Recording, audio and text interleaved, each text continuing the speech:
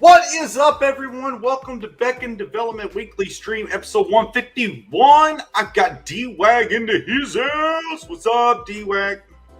Wow, yeah, we are here. We are gonna get some pit drawn. My man Zade Studios, he's wicked nasty with the pencil. That graphite king, baby. About to do our thing. You know what I'm saying? What's up? Yeah, what's up, bro? Good. Yeah, a lot of this is just, hey, guys, there's this auction coming out, helping one of our boys out in the community. And D-Wag has been very instrumental in pushing me towards doing some more traditional art. So that's where we're at today, is doing some traditional art. Sorry, you all been seeing my shoulder there. I've been clicking through, making sure everything's good. But we're going to be drawing PITT. You guys, some of my guys, my people, y'all don't really know who PITT is. It's a comic book that's character that's pretty instrumental in the community, and here's kind of the character design as base as I can get for what I'm going to be doing today. But yeah, guys, D-Wag knows all the info. D-Wag, can you fill him in on what PITT is a little bit more than I can? PITT is the from the brain, the brain of Dale Keown, one of the masters of comic books in the early days. A lot of people might know him from Hulk, and whatever. That's where he's most known for. But then he basically was one of the Image. I don't know if he was one of the founders, but he was one of the first people. Whatever. He ended up starting his own thing over there in Image Comics. PITT was kind of like the rare one, like the rarest one, the issue. So yeah, he's got a lot of love, or a lot of people got a lot of love for him and stuff. So all right, yeah. But real quick, keep talking. Let them know I got to go get a ruler because this is 14 across and 17 tall. So what I've got to do is I got to get my ruler and get up on the 11x17 format before we get started. So keep talking, D-Wag. Get the people hyped. Yeah. So awesome. I see my man Lorenzo Sleeve Stack. What's going on? We got Collision Bomb in the chat, keeping us company. We got Richard Watson. What's up, buddy? You know what I'm saying? So yeah, good to see you guys. It's an early one. We're gonna get this whatever, chopped up. I think Colonel's got him a new cutter, so this should be easy. Yep. Got that Black Friday sale. And yeah, we got energy drinks. It's going to be a long one. We're going to be here all day. Thanks, Zoe. It's good to see you, brother. Sleek Stackian himself. Lorenzo is actually a sleek stack. Like that's what he identifies as. So sweet. Who are we to judge? I've heard attack helicopter before, but yeah, that works too. No, yeah. So, okay, Collision Bomb is here with us. Awesome. Yeah, so Sweet, we're just going to be hanging out. What's up? Yeah. All right, so I've made my basic line, and I'm using for my initial sketch is an H. I think it's a H3, a 3H, so you guys can barely, if not even, see the line I just drew. We'll get full screen here in a second. But that's something I've been talking to D-Wag about, is as I draw, the first hour, I'm going to be laying things out, finding where on the page and the layout and the form and the proportions, and I draw really light. You all probably won't see what the hell I'm drawing for the first, hour and a half. This is going to be a long one, like D-Wag said. So there are going to be intermissions where I got to take my dogs out and stuff. I'll try to go digital for that. But, we doing it. So last night, me and D-Wag were talking about a composition where we could either go where PITT was grabbing the observer on the neck or the chest, which would mean there's a lot of foreshortening with the muscles, and then the head would probably show up here or around here, in which case the body and the feet and all that, but there would be another arm kind of cocking back, ready to kill you. But then I had another weird idea that instead of grabbing you on your chest or the observer, we haven't grabbing the top of your head. That way, all that foreshortening and chunky foreshortening is up in this top corner, and we could really frame out the character a bit differently in these areas and get it all filled in. And that's where the logo would possibly go. So all that chunkiness foreshortening would be, it would do its job while the logo still hangs over it, while we get all the cool extras down here, like twisty chains or whatever. How's that sound? Sounding good to me, man. You know, that's awesome. Yeah, no. Yeah, you want to get this, you know, cut up to the 11 by 17. This is like a 20-year-old piece of paper or something like that? Oh, yeah, shit. That's the other thing. Yeah, the piece of paper I'm using is just about 20 years old. I've kept it in my portfolio since college. It's a very clean piece, pristine white Bristol that is about 20 years old. And these pencils were sent to me by Richard Watson in the chat, and these are Stedler's, like, man, what are they called? I've got them right here. I can grab a pack of them. Here we go. Look at these Eagle turquoise pencils.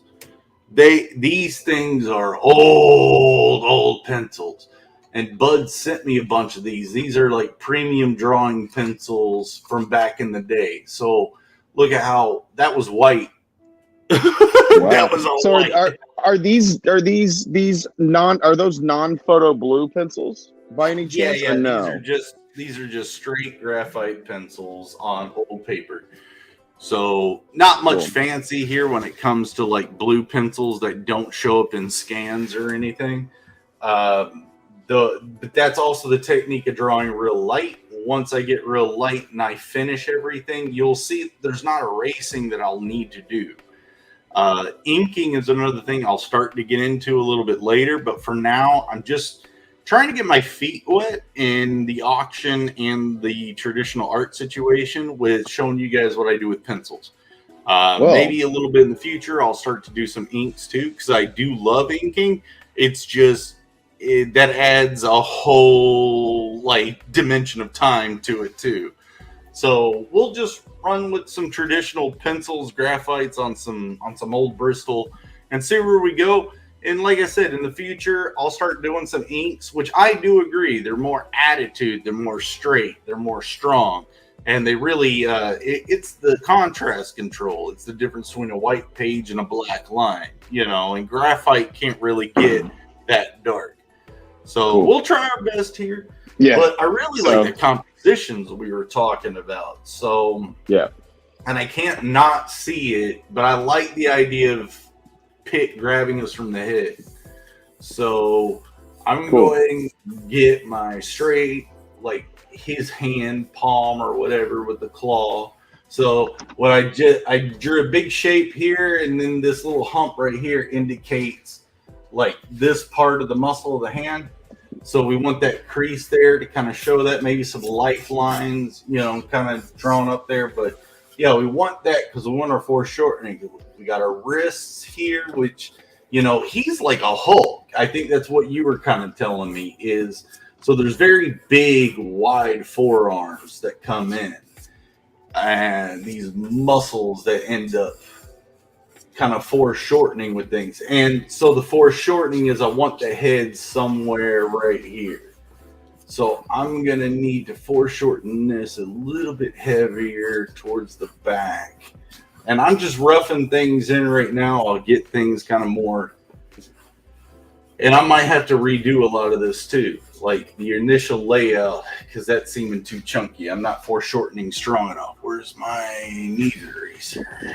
Well, while you're doing that, we got another one of your colleagues in the chat, Odin Dasco. What's up, guys? Yeah. You know, he has also, you know, entered some stuff for the auction. Yes. So big shout out to him. You know, he's another artist. Unconditional Shove is on Indiegogo. So, you know, heck yeah. Awesome to see Odin. Great guy, dude. Great guy. Super nice, super entertaining. You can find him over there on 80s Made Consumers, friend of the channel, who just backed Beckon Recourse Lamp, the new addition to the campaign. Wow, thank you, sir. Yes. Guys, I'm trying to figure out how to get my thing. Let's see. How do I get my draw thing out there, but with D-Wagon me on the side? I've never done this type of stuff before, so I'm just trying to figure out how to get all of it figured out. Well, you don't need me. I'm just the icon. If you're on there, whatever, all right, that's cool. If you're a voice, I'm a. We're all voices here. Okay. Yeah. Cool. But thank you, Odin. Show, brother. Yes, thank you, Odin Daskow. Fucking killing. Oh, Frequency Girls here. Big shout out to her. Girl, yeah. We got Art and Times. Jay Ryan, my man Jay Ray. What up, baby? Heck yeah. What's up, Jay Ryan? I like my palm. I wasn't foreshortening strong enough, and my brain still saw the whole page, and I ignored the entire line I made here about.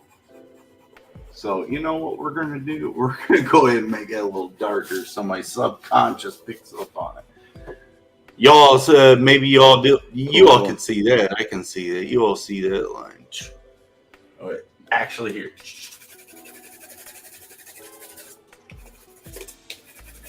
Ruining paper, man. Ruining paper. Ah, sharpening my pencil, too. Uh-oh, that was a mistake. We're good. Anyway, having too much fun today, guys. So, yeah, we got this hand up here. I want the body to come around here. I want the head somewhere here. I wanted the other arm back over here with some claw action. And underarm muscles to the base, however that rolls. I was trying to get a thigh somewhere in here, and then another leg out here. We'll try, and then the flowy hair stuff kind of fills in. You all don't see any of that. Now I'm gonna try something, D-Way. Hold on, let me see if I turn on the overhead light. If you all can see it better. Cool. I'll let you know. Frequency Girl, yeah, she's talking about adding the lamp to the campaign. Now I'm on the free trial of the 1080p quality, so I'm doing my best. I'm not quite too sure what I could do on that, but as I build contrast and lines, you'll be able to see things start to develop. So I just got to get confident from here. So I got my base body layout. I got my rib cage down here. Ripping up. I need an armpit somewhere here. The shoulder muscles, the bicep needs to cut into the forearm. There's a lot of foreshortening going on. And in foreshortening, you want ratios. It's so the hand needs to be so big, but then the forearm needs to be so big, and the bicep needs to be a third of that. And then we're back into our mid-ground, if that makes sense. It's all the graduation in space, if that makes any sense. So the hands, let's see, how should that claw be? I'll probably find it somewhere in, because I want him to look like he's attacking, but I want it to fit on the page. So I've got kind of a limitation there. We might be doing something different there. The head seems he's got a small head and a big neck. Big. Oh. Now, asking you a question here, Colonel. What's up? Now, are you going to basically, since he's kind of coming at the, out the page, are you going to have the hair? Are you going to utilize the hair in that negative space up in the top right corner? At least it's right over here. Yeah, not a bad idea at all. And then your chains, because the basically chains would be something definitely. Okay, I just kind of threw in my hair references as far as my shape, so it kind of looks like a ice cream cone curl, and those are the line of references I'll use with motion. So that's kind of what I'm doing now, guys. I'm jotting in really light lines that are the motion or the direction that I need these shapes to go in. So like I said, I started out with a hand, and then I started foreshortening some stuff. I need to get my mid-ground and then connect the torso to the head or to the hand. So I kind of have to find these anchor points first and then fill in between.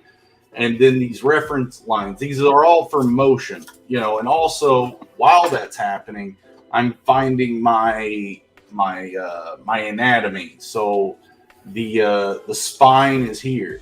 The crotch is here, the chest is here because it's slightly turned, so the rib cage is here, my armpit's here. I'm making a lot of what seem to be scribbles, but these are all reference points. Biggest thing is, what kind of shape of a head does this guy have? You know, this thing's got a nutty type of head. I don't know who's blowing up my phone, but I love you guys. Right now is not the time to be blowing up my phone. Oh, yeah, that's... I don't even know who that is. That's a number I don't even have saved, dude. Love you guys, but man, what's happening? Let's see. Get my face. Where's my face? Did I find that on Google? I had a good face reference. What did I do with it? I don't know where it went. Sorry, guys. A little bit of here we go. Yeah. All right. Yeah. I'm getting these now. I mean, it'd help if the guy had a nose. But I get it. The nose is a good reference point for the face because it kind of anchors your eyeballs and your mouth in the center point of the face. And then at the same time, you know, the shape of the head itself. So let's see. Here we go. I'm going to try to do a little bit of rendering here. We'll see what happens. There's that. Okay, so head, eyes, that mouth is insane. I can't even see the chin in this picture, so I don't even know what the shape the chin is. The teeth are ridiculous. The gum lines. I dated a girl that had gums that large. Sweet girl. Let's see. So from the mouth, bring it up. The eyes are real beady, as big as those eyebrows are, and the teeth. I don't know if I'm feeling this yet. I'm gonna be doing a lot of different stuff here, guys. I don't know if I'm feeling that. What up, General? General's in the chat. General Piggy. What is up? Welcome. I will tell you what, PITT is such an interesting illustration. That head, it's actually really hard to figure it out because the dental attention is where the whole face structure sits. Right? You have to pay attention to those teeth, and that's how the whole head kind of works. Clench smile, open mouth. All right. You know what? I'm just gonna keep moving on. I'll find my head. I just gotta get familiar with this. So Dale, Dale did say that your art, he was a big fan of, in a stream one time. So that's Dale cool. But Dale is who? To Dale Keown. The guys that don't know who PITT is or anything. No, Dale Keown is a big time art, Marvel Comics Hulk artist from back in the day, basically.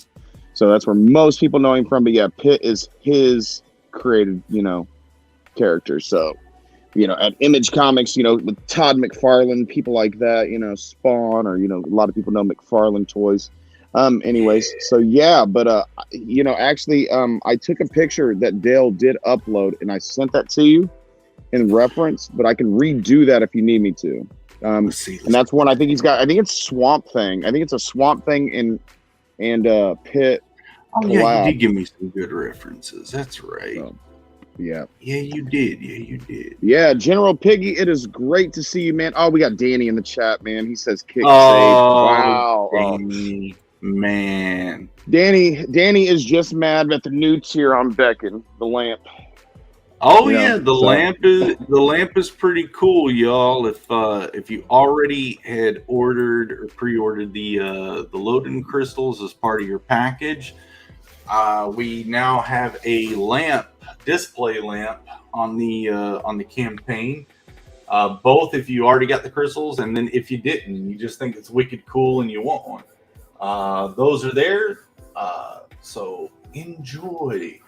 D-Wag was saying, no, it's cool because you kind of sold out of the Chime Cube and the Loden Shard. You know, it's cool that you're kind of giving people something else to kind of get into, you know, as far as handmade perks that I'm doing. So, yeah, wicked. Yeah. Yeah, it was a great idea. A great addition. Super cool, you know. Pretty affordable too for what you're getting, you know. I mean, like handmade, you know, crafted, hand drilled.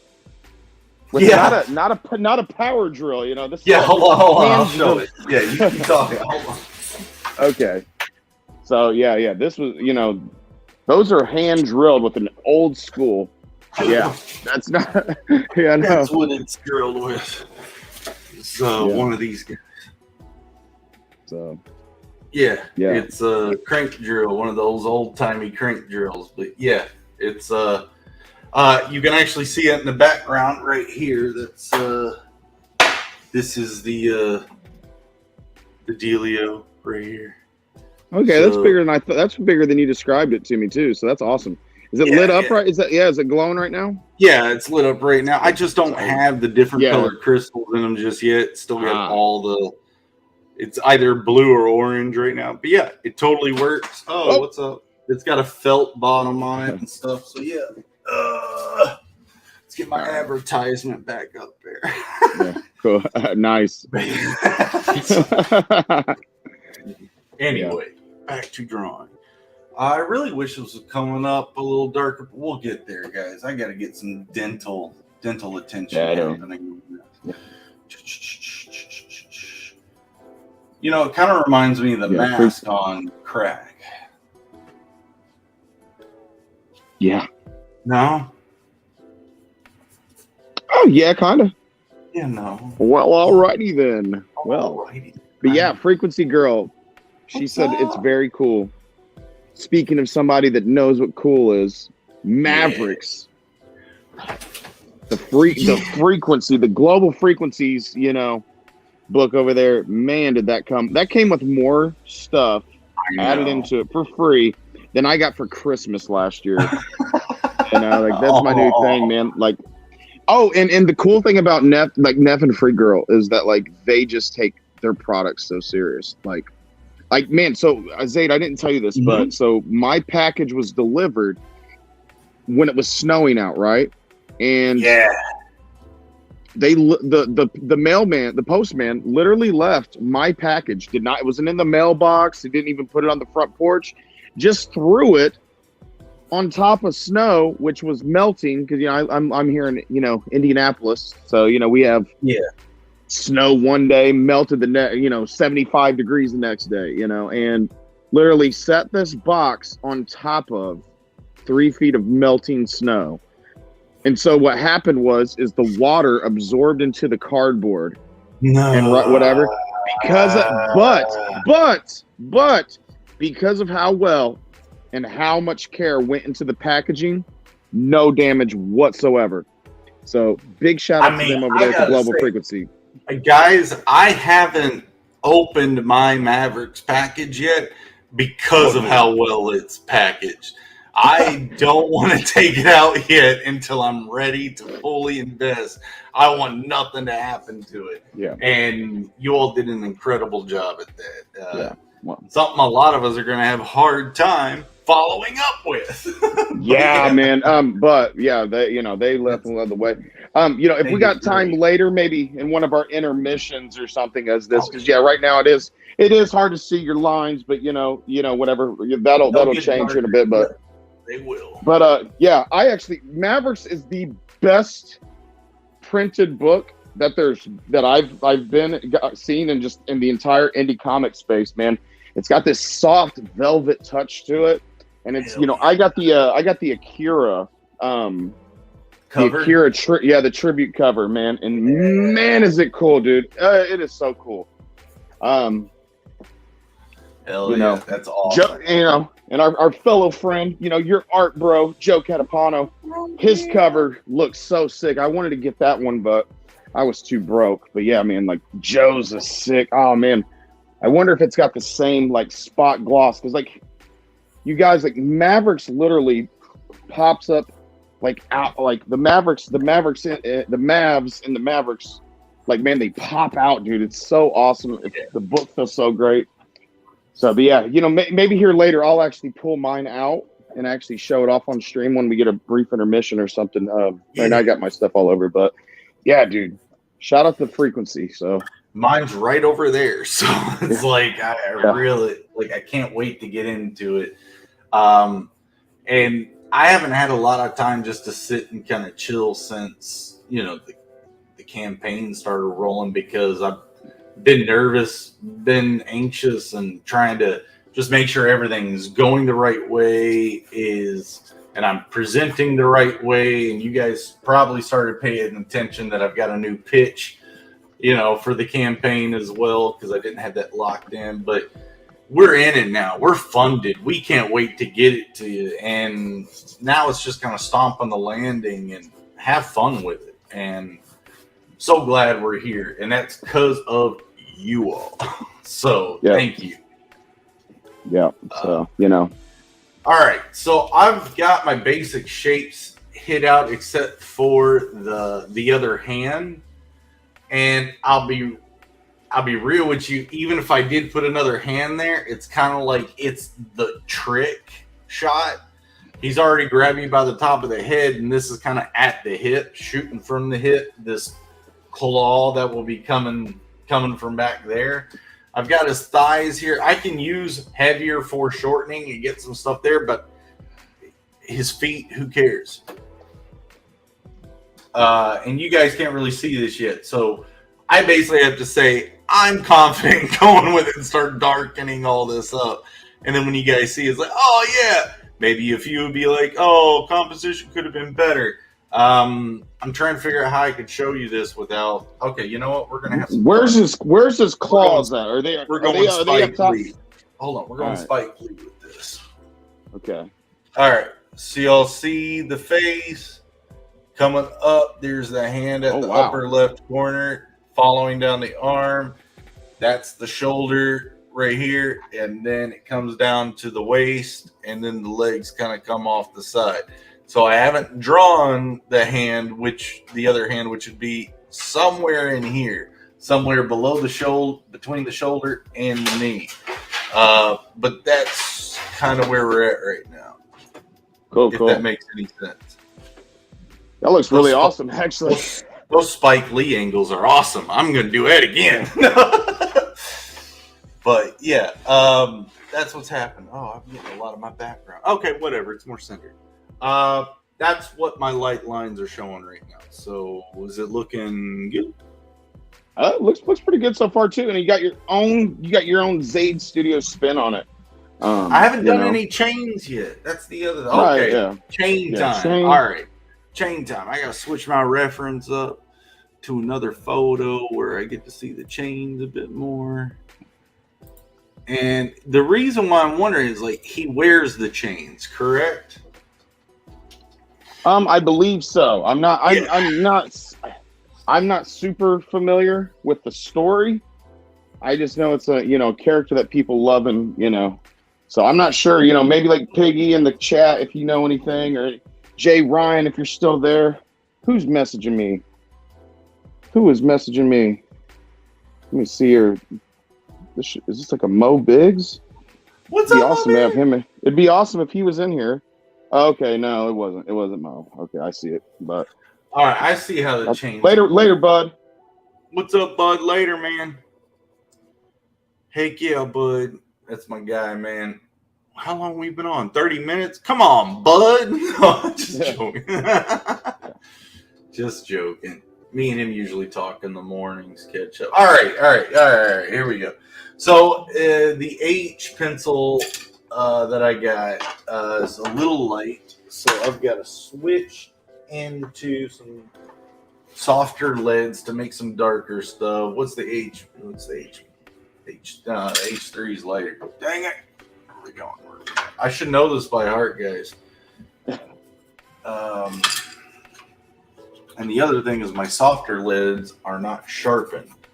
Softer lids and getting dull faster. Can anyone tell me why? Because they're softer lids. So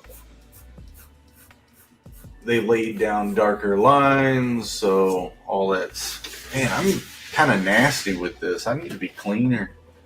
Why aren't y'all telling me to be cleaner? All right. I'm going to do something crazy. Kneaded eraser, because I've already made all my indents. Kneaded eraser just basically run over everything. That way my guidelines are there, but I still kind of stay pseudo clean.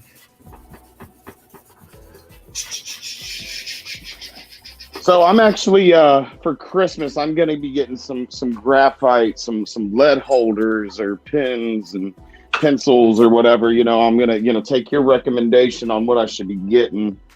You know, so I can send that list out to Santa Claus. You know what I mean? Or Mama Claus. Yeah, I mean, it's 2022. When is Mama Claus gonna take over the business? No, I don't know. Nobody on that. Fine. I thought that was funny. Whatever. My phone is just nonstop blowing up. Hold on, if I'll be back if I get. Okay, hold on. Let me see. All right. I mean, when is Mrs. Claus gonna get an OnlyFans? Still nothing. No, man. She's got plenty of fans. That's a. Yeah, all the worker elves, man.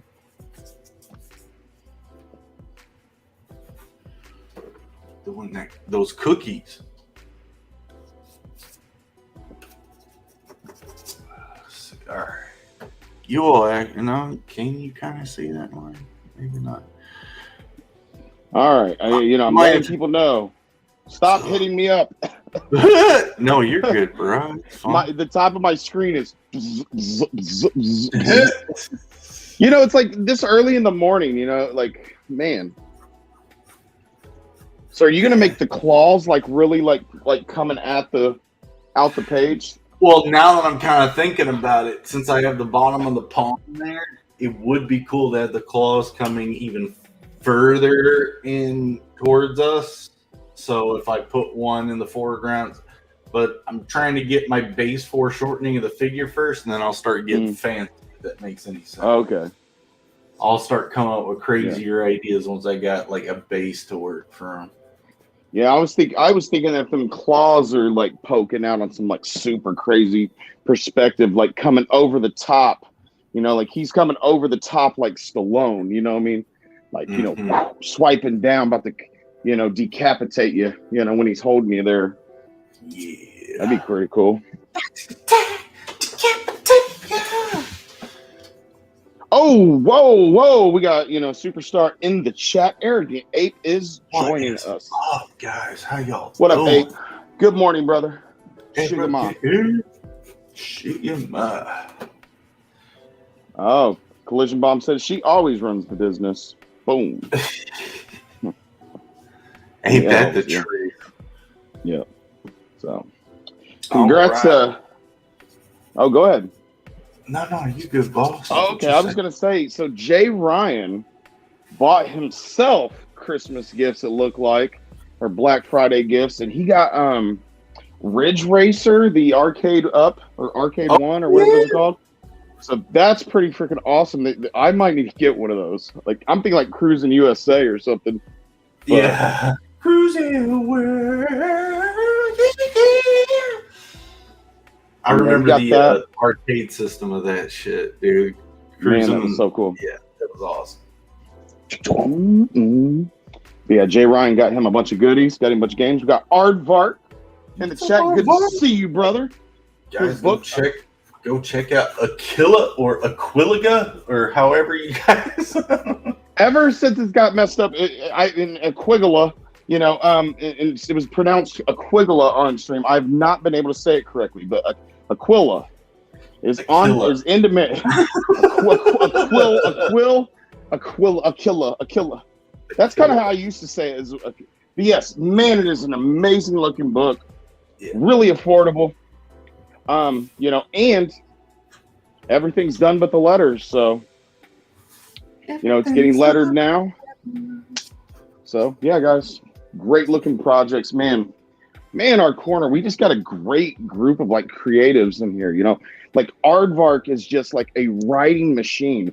Any of the artists out there, if you need a writer who's willing to basically, like pay next to nothing, if not free, like he just wants to help out and stuff right now, that dude is a writing machine. Like I was talking to him before on the phone.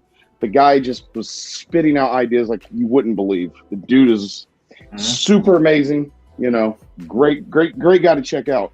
Any of you creators out there in the chat need a writer, because we've got a lot of artists in here. But yeah, it is early. But we got Matt 6 Bar. Matt, if you want to hop in, brother. Yeah. You got the link, D-Wag. Okay. All right, I'll send it to him. Let me. If you want to, no pressure, man. Yeah, no pressure, man. He's drawing PITT basically. So, for the auction. So let me, whatever. So, but yeah, man. Matt Barr is an amazing talent. Rock and Roll Ninja on Indiegogo. Matt does all kinds of things, man. Logo designs. Man, the guy does everything creatively. Super talented, and he's so fast, dude. So fast. A nice guy. Yes, great guy. Nice. All right, let's see what he says. What are we drawing? So, yeah, drawing PITT.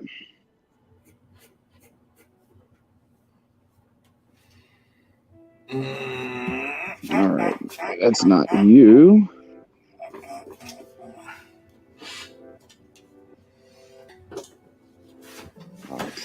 I'll send it to Matt if he wants to join in here. And guys, I am no pressure, trying no to pressure, do this Matt. in one go, so you guys are gonna see this all happen at once. And D-Wag's gonna help me out a little bit. Again, no pressure, D-Wag, but he was like hinting at me, like, dude, if your dogs need to go out or anything, you can go mobile, take some breaks or whatever. So that's probably gonna happen while we get this thing rendered out. But D-Wag and I talked about the composition, so what I'm kind of doing right now is pretty much in line with that, and that made quick work. So always kind of think your compositions out before you attack them. It helps get it done quicker, in my opinion. Yep. Okay, yeah. Matt said he is busy at the moment. Whoa, hold on. Hold on. Hold on. Oh, what up, buddy? Dude. Well, how you doing today, man? I'm doing good. How you guys doing today? Good morning. Hey, brother. Dude, I didn't think you were going to pop on. Okay, cool. Good Yeah. morning. Okay, yeah. Hey, yeah. I'm trying to build up quick so you guys can start seeing some of these lines. I'm trying. Yeah, I'm looking. I'm going, what's he doing? What the fuck is he doing? I see some shit over on the right side. I see some okay. Yeah. Can we see him better now or no? No. No, not he, so right before you got here, he erased his other inks or pencils. Mm-hmm. Yeah. So yeah. My layout, like reference marks, since I've already indented the paper, I've kind of created ghost lines, so I kind of still stay clean, but start putting some darker lines in to get it all. Copy that. Yeah. So yeah, Matt's actually drawn some pieces that he's going to be donating to the auction as well. Man, he's like it's like 5 individual things, but and I think I might actually physically ink one of the Rambo pages. Oh, because you're on the Rambo book too. Is that still available? Right. Yeah, wow. Rambo is still available. Yeah. So, I mean, I did that digitally, right? But I think I might print out print out one of the pages like blue line and like ink it, you know, so that there's like a cool item for the auction. That would be sick, man. So for you guys who don't know in the chat, Beckoned and Rambo on Indiegogo both launched the same day, 1 and 2 trending on the entire website. You know, stayed trending in comics, you know, whatever. So, but more of a shout out for Beckoned because that's like his book and his fucking his jam. You know what I mean? Like they just appreciate that. To be tailing you guys on that is insane.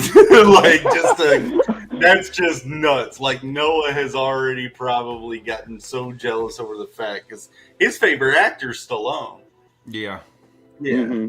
But yeah, like it's just been nuts. I'm super totally fortunate. He fucking Zach sent me an email and he was like, "Are you super busy?" I'm like, "I'm fucking rock and roll ninja. Like I'm fucking busy as fuck." And he was like, "Well, I have something else." I'm like, "What's up?" And he just emailed me back like 2 words. It was Stallone and Rambo. You're not gonna not. You're not gonna not. I was like, "Oh fuck, I'm fucking in, bro." I was like, I'll fucking call people at ABC and be like, I'm kind of busy right now. I can't do storyboards this week. I gotta go do some Rambo shit. But actually, I ended up actually doing that. I was like, yeah, guys, I can't do anything for like a couple of weeks. And I was like, well, what's going on? Are you all right? I'm like, yeah, I'm doing a Rambo book. And they were like, oh fuck, yeah, dude, go do your shit. We'll call you back. Like, don't worry. I was like, all right, cool, for sure, awesome. But yeah, dude, I mean, it's his book, so I'm just excited to be a part of it. But if I could take a little bit of it and help Sean, that'd be tits. Yeah, dude, you know I feel bad for Zade because that was like a ninja launch or surprise. It was a surprise launch, right? Dude, I didn't even know. I was like, right. Billy called me. He was like, "Yo, Rambo launched." I was like, "It did? What?" Okay, cool. Does it look good? I honestly, sorry, but no, you're cool, man. It was awesome. You can't even be mad being second. You know what I mean? Because normally what we do is we see the campaigns. They launch, and usually we can sneak people up into like the number 1 spot. But can't even blame him. But that's awesome that you're here. You're part of it, you guys. So glad to see you guys here. We also got some other creators in the chat. Dale Keown cover. Sorry, I won't say anything more. Snaps. Rambo has a Dale Keown cover. Wow. And I saw the pencils to it, dude. Is it nasty? God damn. Honestly, I wish I had seen that before I did my pages because the way he captured a young Stallone. He fucking nailed it, dude. Like my Stallone, I'm like, I don't know. It looks like Stallone being de-aged. You know what I mean? What's better, AI or his drawings? Yeah, his fucking drawings, dude. Jesus. Wait a minute. What's better, Dale Keown's drawings or AI? What's better, artificial intelligence rendering of young Stallone or these drawings of young Stallone? The drawings of young Stallone. You heard it here, guys. You heard it. Well, you can't. Don't talk to me about fucking AI art, dude. Because I want all that shit fucking smashed. So Clip Studio just announced today. Real quick, we got a couple other creators in the chat. Yes, we got Matt Fowler. Big shout out to you. And then we got Ray. You know what I'm saying? Tugs Web Guy. Good to see you, brother. Thank you for joining us. Make sure you subscribe if you haven't. Zade's here every Thursday. We're trying to get him, kind of pumped. Yeah, because, so Dale Keown actually, which is awesome that like all this stuff is just intertwined and then you're here and then Dale Keown's on, First Kill, the Rambo book on Indiegogo, and Beckon launched the same day.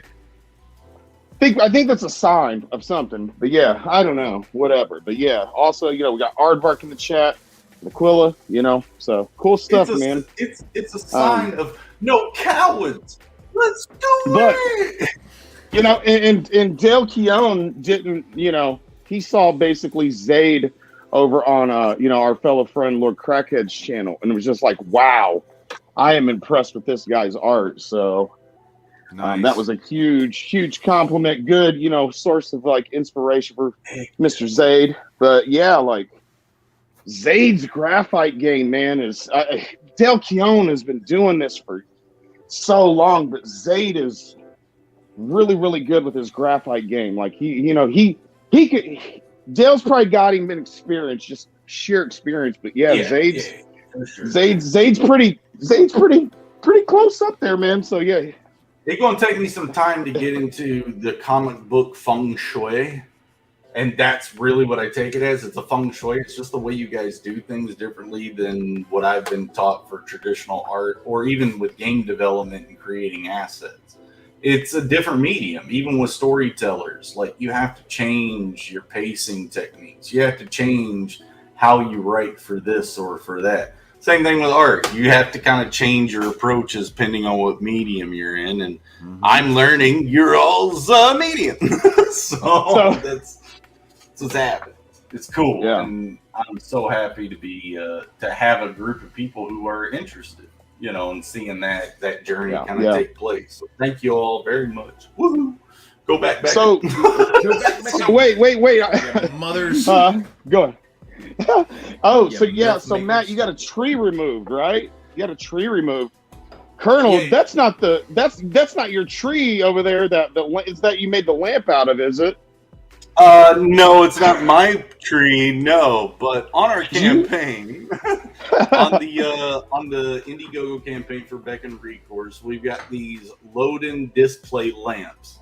So they're handmade by me. They're real wood that's stained, and then I wire them all up with the lighting, and it has a AA battery dongle on-off switch. So you don't have to plug it up into the wall and worry about it shorting out or anything. In fact, it shouldn't short out. Every LED is like covered in silicone, so if it does have a bad thing, it'll put itself out. They're safe. I've built a large version of this 6 years ago, and it still works like brand new.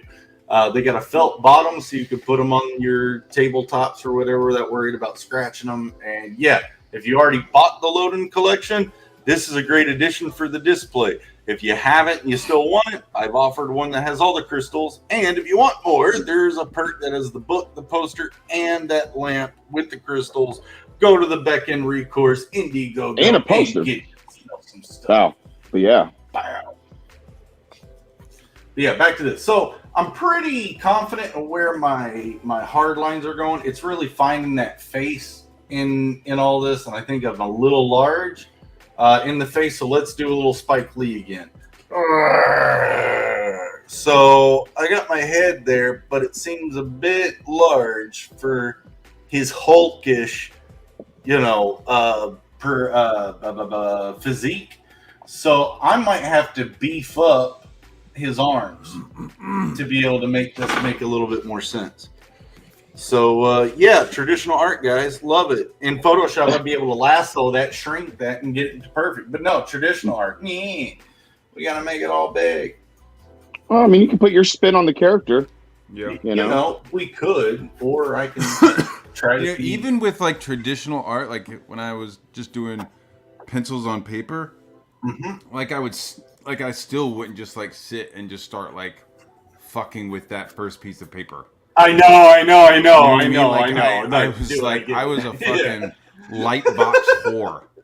Yeah. Right? It's like I have a light box, and then like I would like kind of be like, okay, this is the kind of layout that I want. This is the composition, and then I would like start drawing other things on other pieces of paper, and then use the light box to like start like compositing. So I was like already like almost thinking digital before I was doing it. Like okay, these will be my layers. I'm drawing everything kind of separately, and then when I'm finally drawing everything using a light box. So like my pencils are fucking super clean. Yeah. Like there's not a lot of like erasing and shit going on because I've already done all that erasing with but like for every piece of paper, like for every comic book page that I have done, there'll be a fucking stack of like typing paper with like Sharpie marker, drawings and shit, because I'll like start breaking down and doing draw-throughs of shapes with the Sharpie. Right. I need these shapes. These shapes make sense. Okay, put another piece of paper down. Okay, refine a little bit. Put another piece of paper down. Refine that a little bit. Then bring the final piece of paper down, and you're doing like these nice, smooth, clean, like fucking shots. Like there was a guy.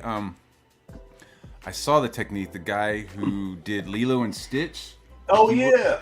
Like his name is like Chris Sammy or Samony or something like that.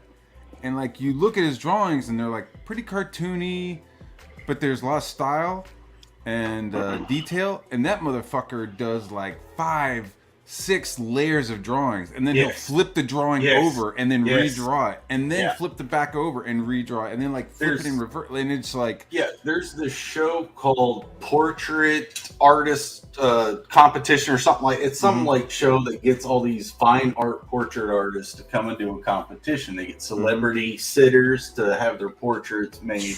Portrait art is fucking dude. I saw this guy. And I've seen some crazy stuff at the Savannah College of Art and Design, but this guy went through, I think, 8 paintings that he was roughing out. He just studied the subject 8 different times, and people were like, "Well, wait a minute, you keep restarting. Everybody else is halfway through their painting, and you keep restarting. What's going on?" It's because that final one he did, he had studied the subject so well that when he did it, it was perfect. It captured it perfectly. And I bet you, and there's a certain he won energy. He won it. He won the contest. I bet you, like there's a certain energy to it, right? Like he's already done that one cheek motion or whatever, like 4 or 5 times. So that final time, it's like clap. You know what I mean? It's just like this one little movement, and he probably nailed it in one swoosh of the brush, and that's kind of what you're doing, you know, or at least that's kind of my thinking. I'm like, I'm doing all these like practice drawings, and then I'm finally doing this one last fucking drawing, you know. But I really go hard into my drawings, like I get real aggressive, you know. And I've had a lot of artists get anxiety built off of watching me draw.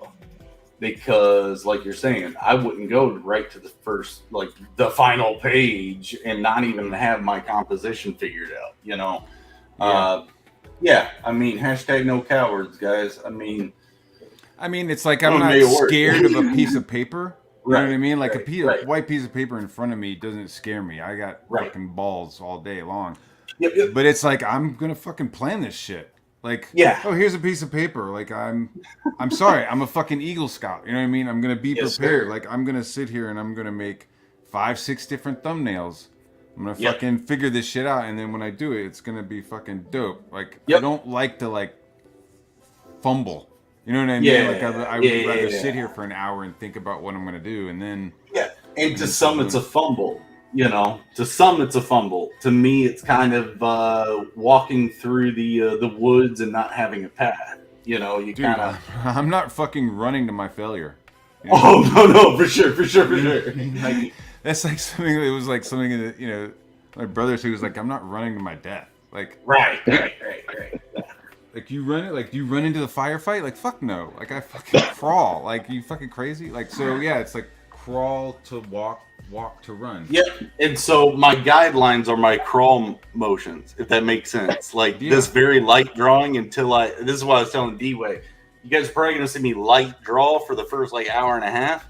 And then once my structure, my crawling is done and I got my path, then I can start styling and start going. Dude, I only know a few artists who are like, let me sit down and draw exactly what's in my fucking head. You know? One of them died recently. Oh, sorry to hear that. Well, you know, the Korean dude. Jim Jong Ji. Oh, yeah. That's what I'm saying. Like, that dude was like, let me just sit down, piece of white paper, and just fucking, like, exactly draw. Like, that's pretty rare. I think Frege is able to do it, you know? I've heard, I've heard. He fucking stomped me.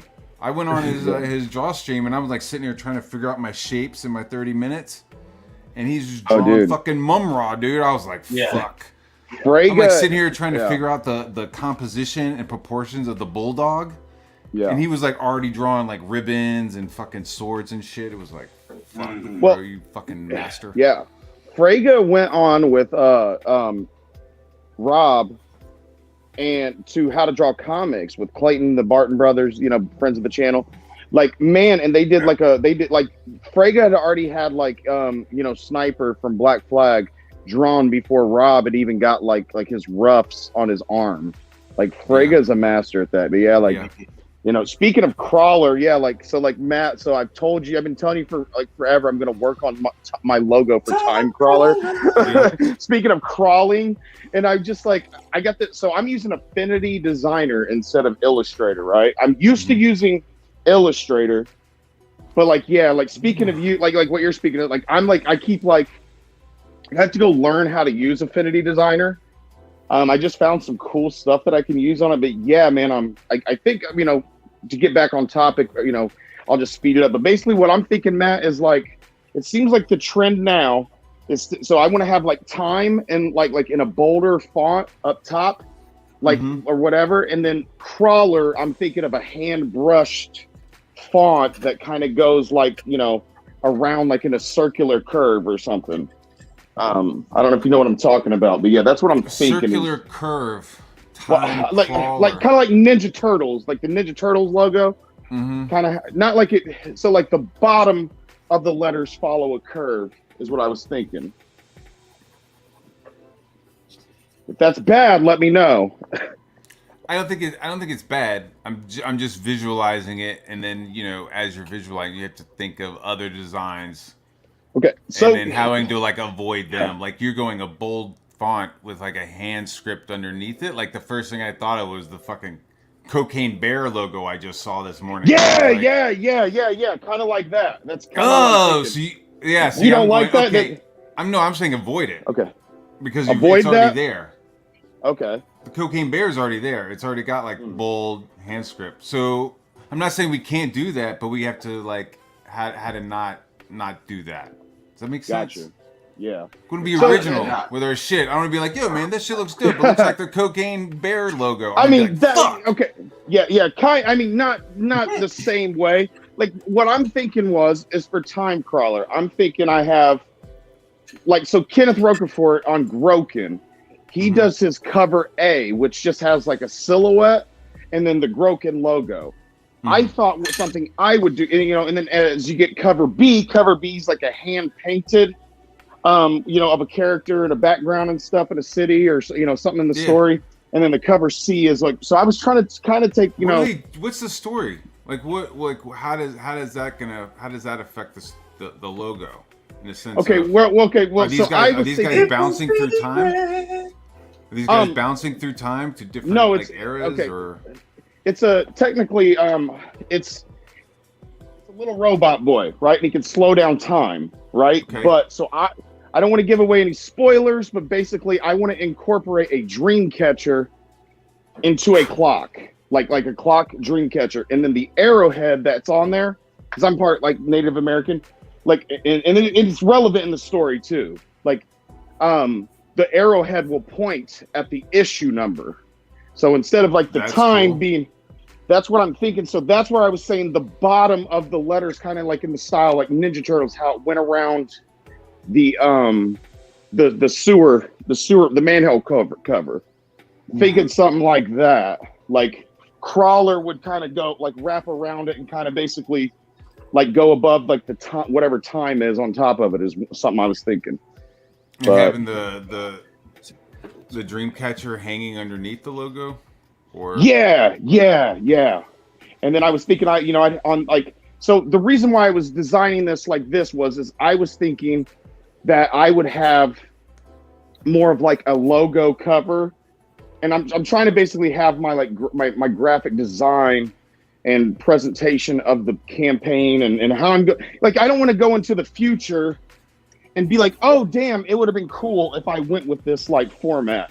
So that's why I'm whatever, and that's a little bit why I'm kind of like taking my time. Yeah, dude. Just trying to map it all out instead of you know, like a lot of people just try to get that first book out there and then they either come up with a cooler logo or, you know, it's like, dang, this one, you know. So that's why I just want my stuff to be uniform. I'm on no deadline with my first book. Yeah.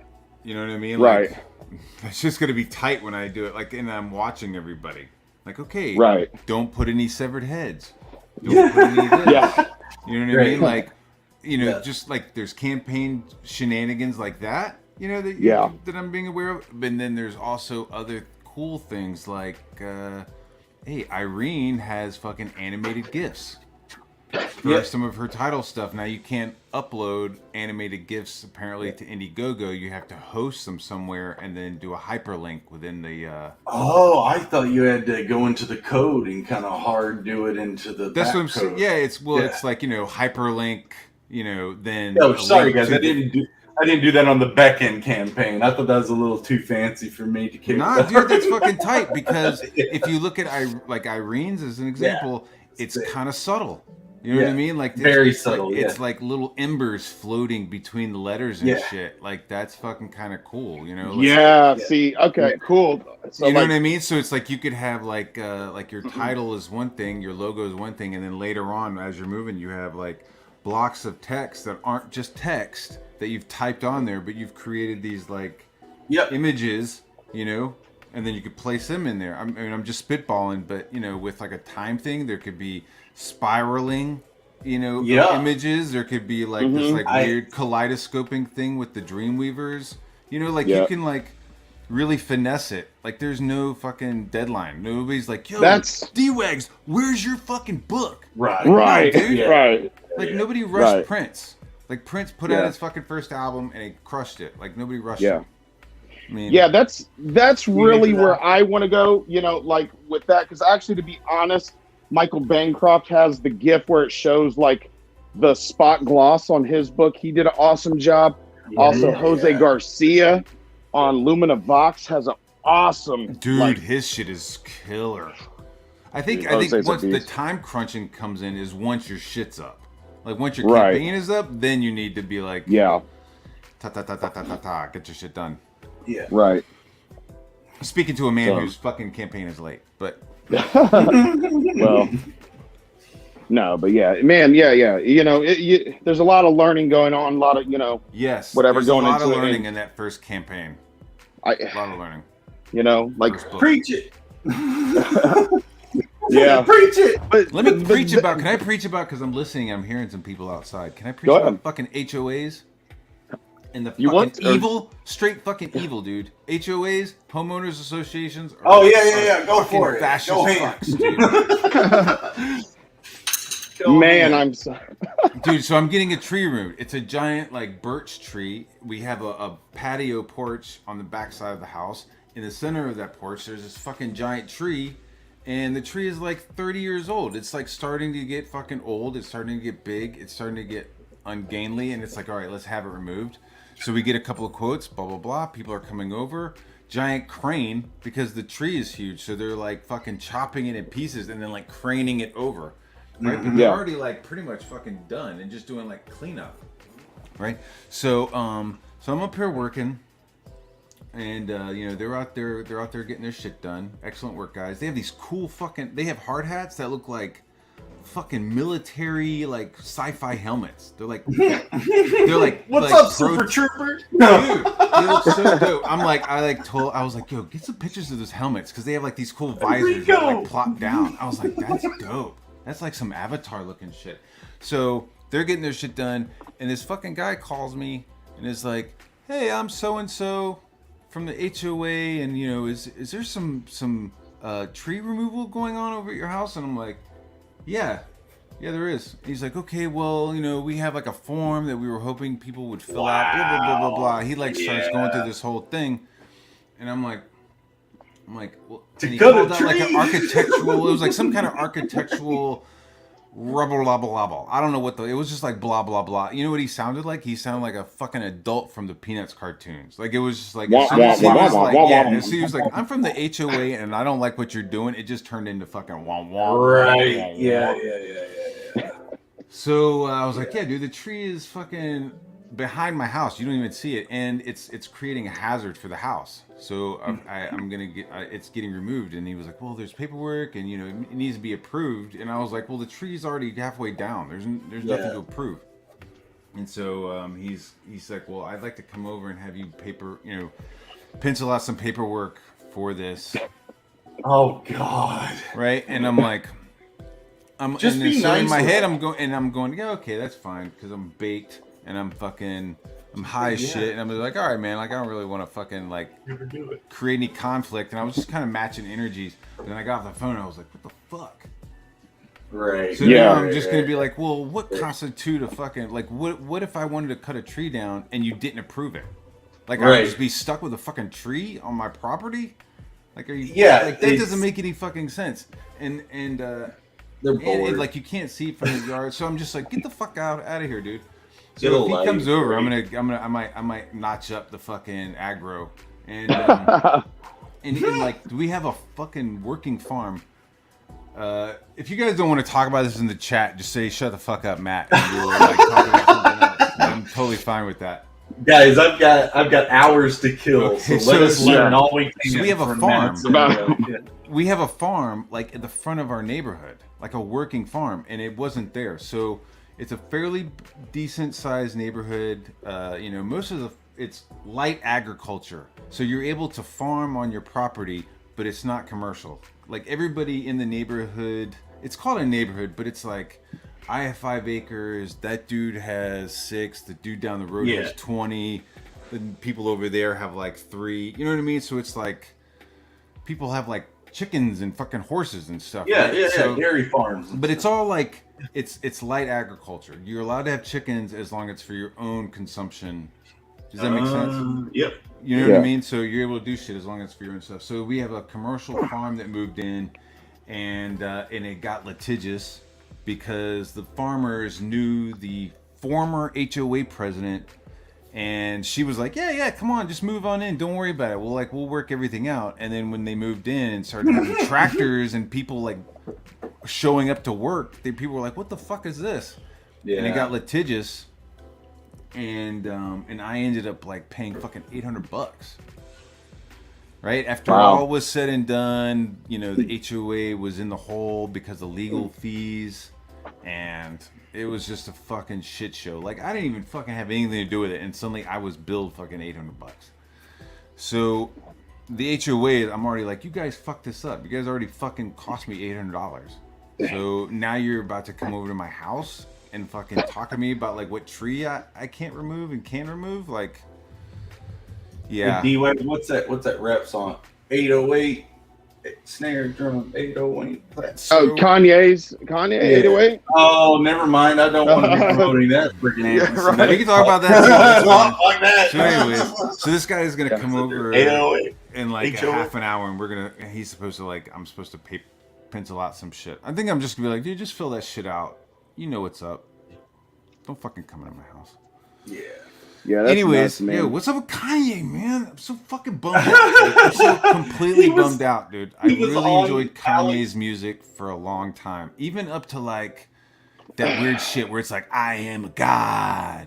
I am a god. I was like, yeah, all right, dude, I'll listen to that. But like at this point, I'm like, you fucking... It's a pattern that I'm seeing where he tried to go the religious route with his last album, right? And doing gospel music. I think he's that desperate now where he's trying to be the next Jesus. So I'm not tripping. I really think it's where he's going with this. You know, I have nothing wrong with somebody like proclaiming their like faith. Like he was like doing the Sunday services and was like, this isn't a show, this is us celebrating our faith. I'm down with that, dude. If you want to put out a gospel album, fucking do it. Right? Yeah. Because what did 50 Cent say? 50 Cent said, change up your style and watch the money stack up. So it's like, fucking... Yeah, people were like, yo, you're a rapper. Why are you putting out a mandatory. fucking R&B album? Like, What? 808 Heartbreaks was fucking dope. That makes him no better than Peter Popoff or the other like evangelists that are sitting there just like thirsting on people's like religious weaknesses. And I do mean weaknesses or strengths, because when someone can fool you into believe like in what he's talking about, then like I think you're weak. I don't think you're really you're letting the market kind of trick you into paying for more stuff. And I'm sure I'm not the only one who feels that, but dude, like it's predatory and it's sick. And I don't really know what to. I don't like those creatures to do it. I mean, fuck, man. I mean, he's got a lot of money, Yeah. right? Which brings a lot of problems, right? He's got fame, which then that kind of like isolates you. Then he has a wife, yeah, baby. right? He has a wife who he like this. Kanye was like writing songs about Kim Kardashian like fucking 10 years before they fucking hooked up, right? Like, Yeah. so, That's why he's Taylor Swift does it. And then Taylor Swift is making a fucking career off of like dating bad boys. One of her albums is Jake Gyllenhaal. Do you know that? I didn't know. Wow. Yeah. One of her albums, like one of the biggest albums, is about Jake Gyllenhaal just fucking turning her out. Like Prince of Persia, Jake Gyllenhaal, or oh, okay, all right. Yeah. He showed up, was just like, yeah, I'm gonna fucking make you my fucking dick suck. Oh, by the way, guys, this bounce. episode of Beck and Development Weekly Stream is definitely for your 17 or older listeners. So just letting you know. I'm sorry, I'm like being super adult right now because all good. I'm about to have to go downstairs and be a dad and be like, not say the word and talk about caca-doo-doo and stuff, you know. So yeah, dude, like Jake Gyllenhaal just like totally fucking turned her into a dick sock and then fucking like threw her out, and she like fucking she made like platinum album out of it, right? Like, yeah, she made it's funny. There's I watch a lot of old TV like Alf and stuff when I'm just trying to just get things done and I want something in the background. But Boy Meets World shows up sometimes, and there's an episode where this girl's sitting there just singing her feelings, and this is kind of where I'm getting at with the Taylor Swift stuff. Is like the only way she could sell albums was if she broke up with a dude and started getting edgy. You know, so that's all Taylor Swift is. I think it's a good pull. I think it's a really good emotional pull if you're able to channel it. Like right now, Kanye is going through some crazy shit. His wife is like banging some white dude, and he's not channeling it into an album. Old ass. You know what I mean? He's not channeling it into like creating. He's just fucking spurging the fuck out. So it's like at least Taylor Swift like channels it into an album. Right, you know? right. Or fucking dude, Adele. Hey, did you know who Adele was before her first album? No, she was just this fucking fat chick who could sing really well, and then her boyfriend was like, "Yo, I don't like you anymore. You're fucking fat." And she fucking went and like created this amazing album about just like being fucking turned out. And that's what artists do, in my belief, is you guys could fucking like sling all your mud all you want, but that's only gonna give me fuel because I have spite. I have something I love to do, and you're not gonna tell me not to. So, fuel. Dude, the best artwork is from when I'm like, I'll show them. At least for me, you know what I mean? Yeah. Or I'll show them, or it's competition. Either one of those, you turn it into a competition, and I definitely like, I get all like angsty and like fucking like into it more. You know? Yeah, well, again, like with my double page spread for Beck and Recourse, is I had guys in the chat that you all know that were going, "What are you doing? That's too detailed. What are you doing? Those aren't thumbnails. What are you doing? This is insane." But I don't know how to do it any different, so I'm gonna do it. Yeah, just watch something new happen for a second, you know, and maybe I fall on my own sword. It's cool, but you all seem to like it after it started turning. These books that we're making, they're not monthly books. You know what I mean? These are graphic novels, so it's okay to like put your heart and soul into every panel. Because these are also going to be reprinted and resold. Like you don't want to just like, hey, I printed these, now I'm on to the next thing. Like no, this is like a novel. This is something like novelists. They don't just like write shit and keep moving. They sit there and they rewrite stuff. They think about shit. Like I had a little conversation with Zach, and he was like, "Man, you don't have to put so much detail everywhere." Right. I've heard that so much. Right, and he was like, you know, he was like Dale when Dale was doing the Hulk, he would pick one panel, and that would be like the money shot. So he would spend the most time on that panel, and then the rest of the panels were just like get them the fuck done and move on. Yep, and that's economic. It's economic, and it's also a monthly book, right? So that's why I was like, yo, like that's Dale working on a monthly book. Like this isn't a monthly book, so like let me fucking noodle. You know, if I want to draw fucking paint cans on the top of a fucking roof, like fucking let me. You know, absolutely. I was like, this is my fucking novel. Like, and he was like, yo, you're absolutely right. My bad. Yeah. He was like, oh yeah, you're absolutely right, dude. Like, who cares about paint cans? I noodle the fuck. Like nobody tells Jeff Darrow to be like, yo man, why you gotta draw all that shit? Like not that I'm Jeff Darrow, Right. But Right. or Dale Keown, but there's like it's like let me just draw my fucking like planks of wood. Here- Like I'm here's sitting here noodling on a tarp, Right. hanging on a fucking beach chair on this roof. Like let me just And- fucking noodle it. And here's what I tell people that, you know, that's kind of shut them up a lot of the time is when I'm dying on my deathbed and I look back at what I did, I don't want to look back at it and still see the mistake that I didn't, or the thing I didn't put in there. You know, I mean, I as don't long want as it you're to getting haunt it me the finished. rest of my life. As long as you're like Yeah. you're finishing it. Yeah. Yeah. If I thought to put that in there, I'm going to put it in there. And it's for my own reasons, you know, as long as it's not distracting. Okay. You gotta go? It is him? Okay, all right, I gotta go. This fucking guy. Well, thank you for joining us, brother. Later, man. Later, Appreciate you. Yep. See you, brother. Thank you. Thanks, bud. Awesome. Yeah, that was cool that he stopped in. Big Hell big yeah. big fan of that guy, man. Awesome He's artist. cool. If you guys don't know him, man. Super talented artist. And man, though, like yeah, like so. Speaking of this pit piece, I'm loving what you're doing right now, based off what I can see. Maybe blow yourself back up here, brother. And bigging yourself. I don't know who we got in the chat. Oh, hold on, I gotta get this You know. camera back here. Jesus. Yeah. Making myself whoop whoop whoop. Cool. So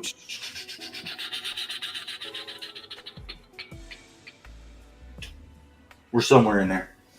Cool. We're working this out. I'm still getting my contours sharpened up, like with the chains and the placement. I've got my big contour lines figured out with the face and the hand, and some. I got to add some more chains around here.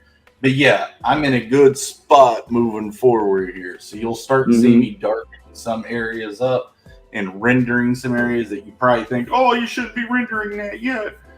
We all do things in our own way, man. Sometimes I like to render little areas out where my hand's not going to be smearing across it. So I like to work left to right a lot of times. I'm right-handed. That keeps my hand from smearing on all that. But yeah, you all see it's happening. It's moving. I'm glad it's moving because this is turning into a pretty cool composition, in my opinion. Yep. But yeah, how you doing, D-Way? How you doing over there, boss? I'm just kind of hanging out and doing my thing, just watching you kind of work. Like I said, like that was cool getting to talk to Matt about the logo. I might just let him do it. If you guys don't know, Matt does like logos and he's for big time companies and stuff, ESPN, things like that. So but yeah, like super talented guy, all over the place. But yeah, I'm gonna try it myself, I guess. But let's see, we got Collision Bomb still here. What's up, Collision Bomb? Thank you for guys, hanging out. Collision's one of my big supporters over on the Zade Studios, man. She helps me keep the business kind of on par and legal without having to go like bankruptcy or IRS. Like so, and big inspiration on that. And Dwight's the other part of my business, like officially Dwight's part of it. And that's my older brother programmer and everything. So yeah, when y'all see Collision Bomb, just say, "What's up? What's up?" She's enjoying everything. She's been backing a lot of books too, man. Like a bunch of CG books. I forgot which one we were talking about just the other day. We were like, yeah, we got that one. Oh yeah, Joe Santot. We were talking about Reaper Destroyer. Oh, cool. We got that one. Yeah, you're getting. Yeah, this is turning out pretty decent, man. Thanks. We'll get there.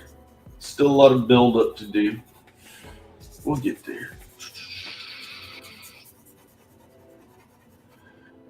I should have got a pencil sharpener when I was back at Michael's or Hobby Lobby because I have to sharpen We'll them get the by steak a knife. Right now.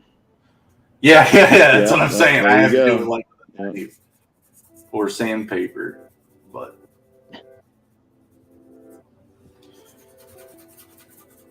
Anyway, yeah, guys.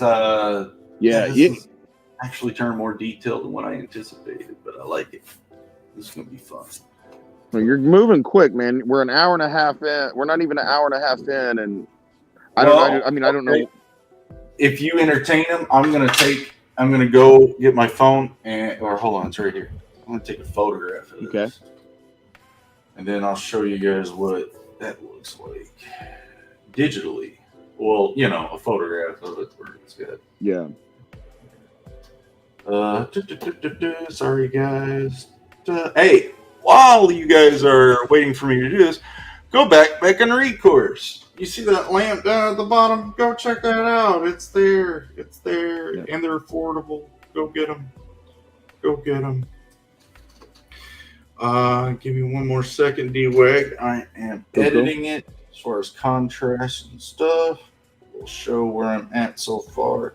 Appreciate you guys for hanging out with me, and D-Wag for hanging too. Oh, our buddy Chris Fisk just joined the chat. Good to see you, brother. Oh, Chris Fisk's 3D prints Yeah. right there, guys. Awesome. Yeah. This man. That boy can do it. That boy good. That boy real good. Good. All right. Let's see. One more little crop, and then I'm going to send this to D-Wag, so then I can send it. I can basically just grab it off the screen and share it to you guys. And then I'm gonna try a little trick here. I'm gonna go outside and throw myself to mobile and talk to you guys for a minute, I guess. Yes, I have to do some breaks here apparently. We're an hour and a half in, so let's see. I sent that to D-Wag. Where's my tweeters? Oh, sorry, knocking everything around. Yeah, it's the first time I'm doing like a draw live situation, guys. So we're MacGyvering it a little bit. Let's see. What's good? Okay, What's for you good? That's cool. Let's see. Right there. I don't know if y'all could see what I've got rolling right here, but that's what I got rolling. Looking good, man. At the hand up top, you got the chains right there. I've got more chains happening around the waist and around stuff. I got these things, but that head's right there. Abdomen and all that. So we're working. I got to put some veins in and carve in the armpit a bit more. We got to make this thing look gigantic. I'm missing a whole forearm muscle right behind the chains, but yeah, we're working on it. That's what we got. So we're okay. So real quick here before you go, where's your hand? Are you gonna have the hand coming from the bottom, like the claws poking out? Over here. So it's like he's cocking back to strike. Not. Oh, okay. Okay, I see what you're saying now. I see where it's going now. Like, cool. Anticipation, like, yeah, I'm about to get you with this one. Yeah. Yeah. So yeah, it's like he's holding them up, and he's about to swipe up with an uppercut, like type of deal. Something like it. Yeah, Probably gonna gut you in the stomach. Yeah, something like it. Grab the observer by the head, gut him in the stomach. Cool. Yeah, that's the idea. We'll see. Gotta email this to myself, this link to this stream, and then I will see you guys outside while I take the doggies out, and we'll take probably 5 minutes to do that, and then we'll be back. If that's cool with you all. Like I said, I'm trying to get to do this. This is the first time, so if any of this stuff don't work, let me know. It helps having D-Wag around. Thank you all. Okay, I'm plugging from this. Well, let me get the phone going. Sorry, y'all. New to all this, man. So I need to do a different thing with my camera, right? Like the lighting with my pencils. I mean, even when I get the dark lining in there, you guys aren't going to see it unless I'm inking it. Like, that's the other thing I'm worried about. I was able to start seeing it, I think. I mean, but yeah, I mean, this is not only like first try, but your first attempt. But yeah, it's also for a good cause. So I mean, righto. Yeah. So like there you are. Boom. What up? What's up, y'all? Give me a second. It's my gray beard. All right. Unplug the mic. Get this in here. And can y'all hear? Yeah, I was able to hear you. But yep, sounded good. All right, cool. All right, puppies, let's go. Let's go. Let's go. All right, good boys. Let's good boys. Good boys. Say hi, puppies. Highways on the internet. Fucking fuzzy asses on the internet. Okay. All right, boys. Go pee on everything.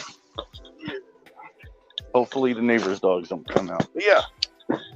Thank you guys for hanging. Yep. So yeah, in that first hour, I got layouts done. You know, I got the composition, got the basic forms. So, like, there was a part there when Matt was talking, I was about to tell you guys, screw it, I'm just gonna ink it, because I've got that much done on the layouts. All I need to do is like render lines dark enough for you all to see them. Yeah. So, like I said, I'm on the 7-day trial of HD 1080 for StreamYard. So you guys are getting the best that I can. Oh, yeah. Yeah, like as far as quality on that, that's about the best I can do you for. well, is your now? I don't know what webcam you're using. The Is that a webcam? Yeah, it's supposed to put out 1080p, and it usually does. But under the lighting circumstances, I'm not using professional lighting to light it all or anything like that. I kind of figured the brighter the white is, the harder it is to see the pencil lines. Yeah. So I turned off that overhead, and it looked like you could see them a little clear, but not clear. So, yeah, like I have that digital version that's up on the screen right now, right? Sorry, looking at it. What's up, guys? How y'all doing? Yeah, y'all can see kind of where I'm going. Hope that's cool. There will be a lot of background lighting effects. D-Weg was even saying it'd be cool if you do like a quick cityscape, kind of like in a worm's eye perspective, making it look like PITT's coming at the observer from like a manhole cover or from an alley. You know, I think is what you were saying. Was it more like an alleyway? Yeah. Mm-hmm. But yeah, I mean, I think you throw some chains on there, just something like that, you know. Whatever, but yeah, for your line economy, but line economy. Listen to him, guys. Yeah. He sounds smart now. Now that's obviously something I went way beyond with all my artwork, because I don't care about line economy. It's a sign of there's stuff for me to learn, right? Because Rocafort uses line economy in a very genius way. He's very conscious, and he uses it in the smartest way. I haven't gotten there yet. We'll get there. But yeah, I think it's going to help me being traditional rather than falling in the detail pits of digital. But yeah, like I said, I put my boot print in that. So guys, go back and read course. You're not going to see anyone try to attempt to book that detail for quite some time, hopefully. And that's a challenge for the rest of the artists out there. If you want to, go for it. I'm going to tell you, a real warning, it's going to take a while. So go for it. But yeah, like Beckon Read course put the most detail I could, and I chose digital to kind of set that precedence, and I'll never be expected to do it again. So yeah, go get it now. And then I guess that was the other thing I was going for with Beckon was, you know, for this first book, I saw Bancroft show off this Disney comic book from France, from a French artist, I guess. And the artwork was extremely rendered, like over-rendered in a sense for some people. But it becomes a storybook at that point. Like, you could read it to your kids, and I don't hear that enough. When I grew up, my parents had the time for a second here or there to kind of try and attempt to do the stories, and they would even do voices. Like, my dad was stupid good with voices. Well, you don't hear that anymore. Kids have phones and YouTube and stuff, but I don't know. I kind of was hoping like I can attempt an art style that mimicked some of that wonder and stuff when you're a kid, and bring it to an adulthood and be like, can we go, oh my God, that's cool, like we did when we were kids with storybooks. So, I don't know. I was trying. We'll figure it out. I'm almost done here. I'm back inside. Puppies have both defecated and peed on everything. So we're good. I don't want to give you guys the National Geographic version of that. Yeah, are they some dilps? Are your puppies some dilps? Dogs I'd like to pet. Dogs I'd like to pet. Yeah, for sure. Yeah. That's funny. Dilps. Come on, you dilp puppies. Let's go. I'm gonna start an OnlyFans. Come on. Good boys. Mm-hmm. Let's see, can I switch the camera around? What? Yeah. What? I don't know. I'm not gonna try doing fancy stuff. You don't want people showing up to your at your domicile. You guys can try. I've got a 7-foot spear with someone's name on it. I got a couple Jay Ryan in the chat's got a good one. Oh, what's up? Only pups. He said he invests in meme economy instead of line economy. We need memes, man. Memes what makes the world, Memes and scams. Memes and scams. You're not memeing, you're scamming. Go. Come on, bitch. Let's go. Yep. I might have to use the Roni stick trick. Pepperonis. Come on, bitch. Inside. Pepperonis. The San Francisco tree. Or wait, that's Rice-A-Roni. Yeah. Good boy. All right. Come on. All right. I'm back in and we are ready to go. All right. Let's see. Back on here. And off of here. Hojo's in the chat. What's up, buddy? Phones. Oh. Let's see. Sorry, guys. All right. We good? We in? Yeah, I think we're good. All right. Sweet. Thank you, guys. Again, it's awesome. I thought I had water over here. I guess I don't. Hojo, good to see you, brother. He's got a project that's in sign up. We got a lot of creators over here in this space that we're connected to. The Mythicals on Indiegogo. So, yeah, Hojo's another creator. Cool guy. Yeah. Really funny, too, actually. Like, surprisingly, very witty. Very witty. I've read a script that he wrote and sent out my way. And I'll tell you what, I thoroughly enjoyed the read. The way he writes is kind of the way I needed to learn how to write my my pitch, which was try not to be so elegant with your writing. And I don't mean that in a bad way. I mean in the sense of you don't need all the flowery language sometimes. You just kind of need to tell them the information and let the reader's imagination fill in the gaps. And I'm an artist at first, so I'm always trying to paint a picture for the audience with the words, and that gets in the way of smooth reading. I got through that short story really quick, and it was really good. I enjoyed the way you wrote. Yeah. Like I said, I really hope I can kind of get there one time. All right, back to you. Focus. Where am I at?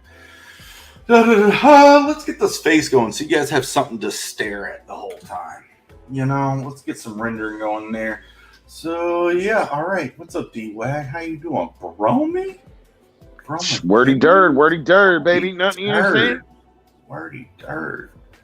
Dude, so when I talk to D-Wag, he's got this drink order that gets me kind of coffee buzzing every time I hear it. I went to a few places to find my triple shot coffee and couldn't find it nowhere. So I'm running on just Red Bull and water right now. Yeah. Oh, you're talking about the Java chip frappuccino.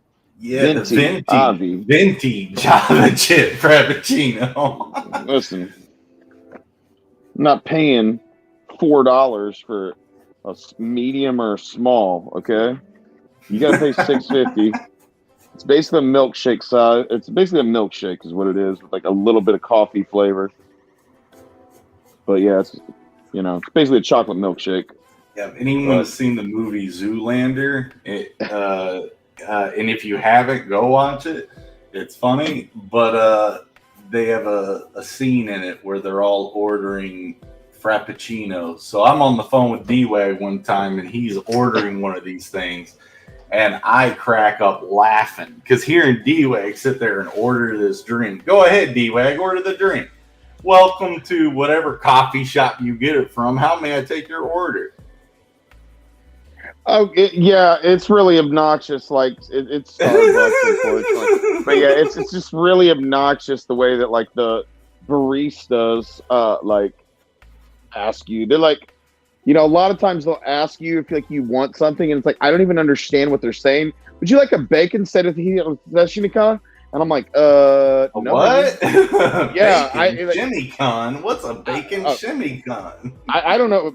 A bacon steak. It was like I don't even know what this like they were trying to sell me on. I'm like, dude, no, just a Java chip frappuccino, please. A venti Java. A lot of times they're like, just can I get a venti Java chip frappuccino, please, and that'll be it. And they'll go, what? Is there anything else for you? I said that'll be it. Your order, please. Why? I'm in the drive-through. Why do you need my name? Yeah, and he always says Darren. It's like, dude, give him D-Wag. And he's like, no, they say it wrong. No, Chris, don't. No. What I'm saying is like the venti is even too small for me. Like I'm a Rallies or Checkers or like White Castle shake kind of guy. Like I need like a 44 ounce. Chocolate shake, like, Rallies is like a 32. The White Castle is like a 40, like they got, but like what I'm saying is like, yeah, it's like, or, Dairy Queen even like lowered their shake size down, dude. That's where my first job. Oh, Amanda B's a Java chipper. I see her in the chat. Thank you, Amanda B.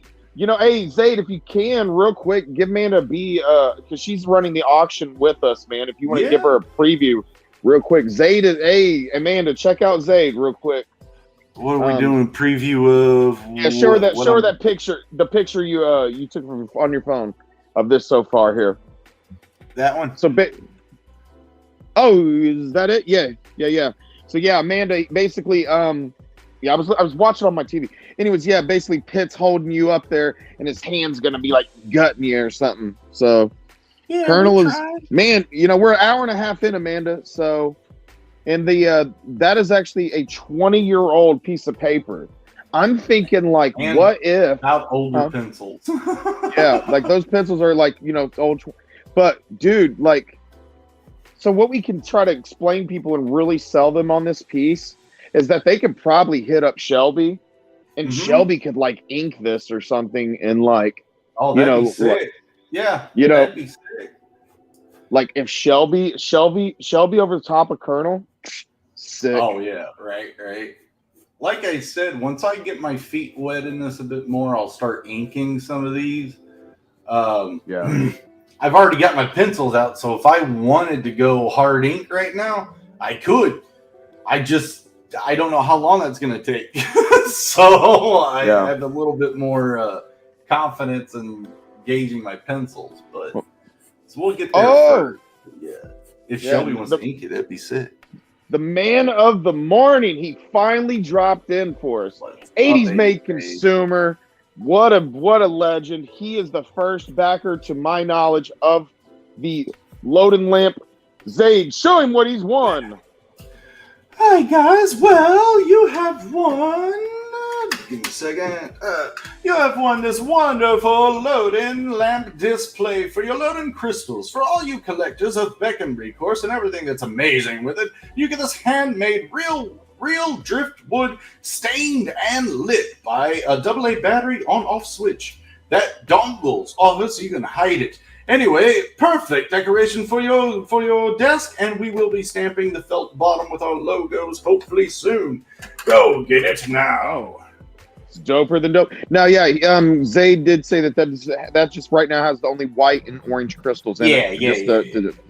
So, but yeah, your load-ins will be the full gamut or whatever. I don't know if it's the right word, but I wanted to sound smart, when I said it. So it's okay. I think you did all right. I mean, other people are too scared to try to sound smart, so they say things like cool and stuff. Can you smoke out of it? I mean, you probably could, but I wouldn't recommend it. It's not recommended. I wouldn't recommend it. It's got a lacquer finish stain on it that is flammable, so I would not recommend do that. Okay. In fact, not recommending.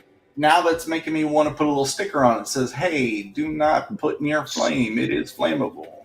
Do not smoke this. Do not smoke this. Do not eat. This is not for human consumption." Yeah, you do not eat this wood, please. That didn't work for bath salt, so I don't know. Do not eat. But awesome. Yeah, this isn't rock candy. Now, see, that's what I could have done. I could have sold rock candy as loading candy. Yep. And like what you get. Challenge accepted. Yes. Right. Oh, they go crazy in the chat. Loading is the apex level of crack. Just don't smoke the lacquered finish. Lacquered versions, right? Challenge accepted, Jay Ryan. No.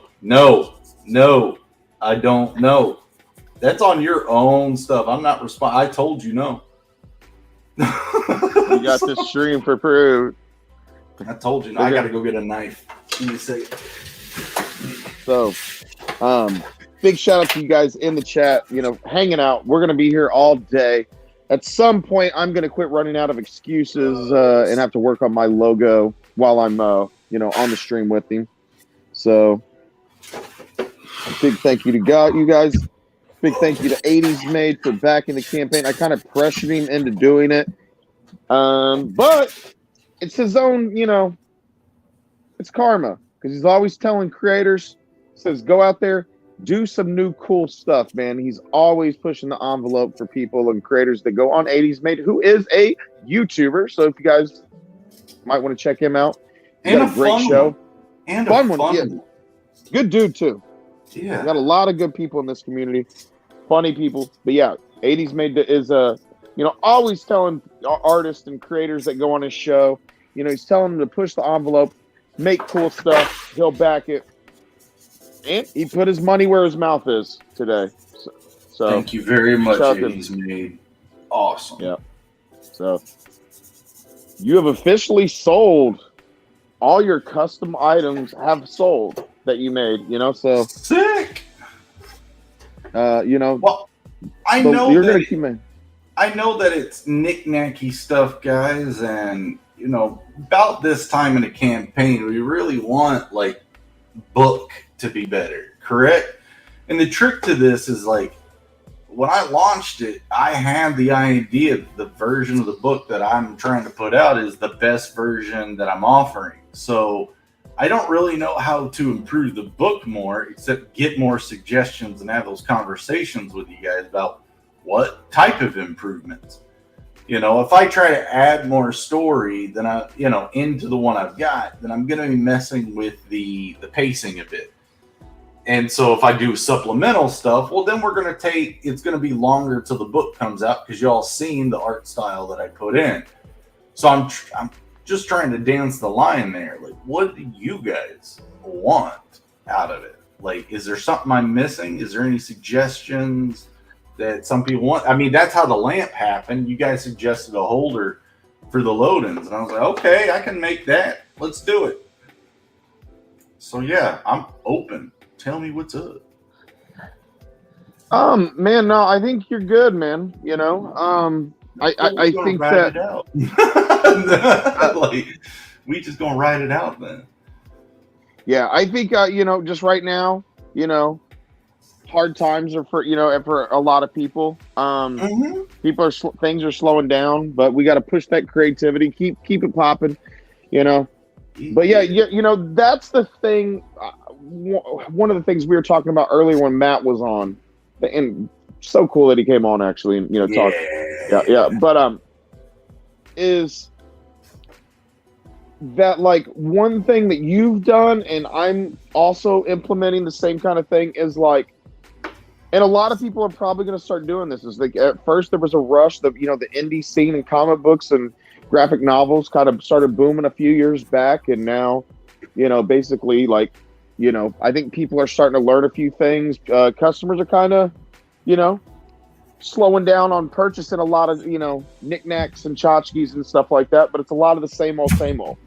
Also, a lot of like, so like, for instance, I don't want to bash anybody. I'm not doing that, but I am saying like, you know, at least be creative when you do this. And because a lot of people will do stretch goals where they like will add pages to the book. Well, why I'm not a big fan of that is, one, like, you know, customers are slowly, I feel like, coming into this mindset or this like they're like, well, I would rather just have my book earlier than wait longer for it. Now, you know, I think that we got to start transitioning as creators so we can offer like the backers and, you know, the customers like better products, but also a better experience. Yeah. One thing that I'm really going to be pushing for in doing myself is like, so like, yeah, like if you have to add pages to your book, or, you know, are you now changing the story? Like, are you adding unnecessary things? Are you padding it with like jargon, or are you taking things out that would make your story better? So, right. So that's why I'm not a big fan of that stretch goal. Now, if you really take your time and map that out well, I think that can work for you. Yeah, for sure. Stuff like that, you know. 80s Mate saying, I hate added pages. Oh, okay. Well, there you go. I'm not transitioning, you know. Yeah. Oh, God. Hey, Jay Ryan is just on me today. But well deserved. Well deserved. I'll take it. I love Jay Ryan. But yeah, Jay Ryan need a fake fight again, or start up a fight again. We had one. I picked a fight with him like a couple weeks ago. I don't know if he realized I picked a fight with him, but yeah, we were fighting. But now we made up. We're since good now. It's all right. Yeah, I might pick another fight with him sooner or later. But you know, you're not gonna not fight with Jay Ryan. You know what I mean? But yeah, man. So yeah, you know, I really think that like you, Zade, you know, you really put everything, like as much detail and time and, you know, effort and mapping out and planning that you did with the book and drawing it.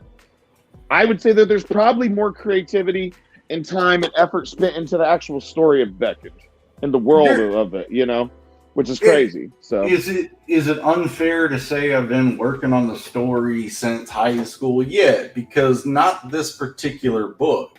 You know, I mean, the world building, sure. But, I mean, this story that I'm putting in this book is only probably 6 years old, and it was told verbally. It was conceptualized verbally, and nothing was written down for 6 years.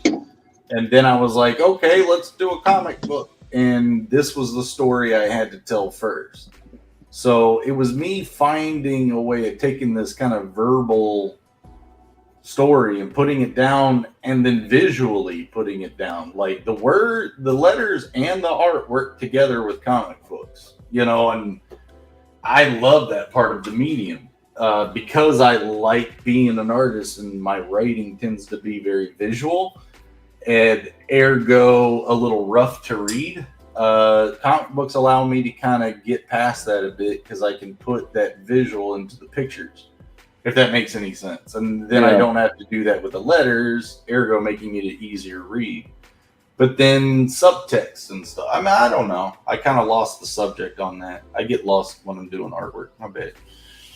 You're all right, man. But yeah, so basically I think there's a lot of agreement in the chat. You know, so because I feel maybe it's a filter. I didn't get the whole story. Hojo says, the only thing I ask for is consistency and dependability. Chris Fisk says, as a writer, Chris Fisk is also a creator. Infinite Chronicles, you guys. Yeah. As a writer, added pages definitely definitely makes me think that there wasn't a solid story before the book was started. I could be wrong though.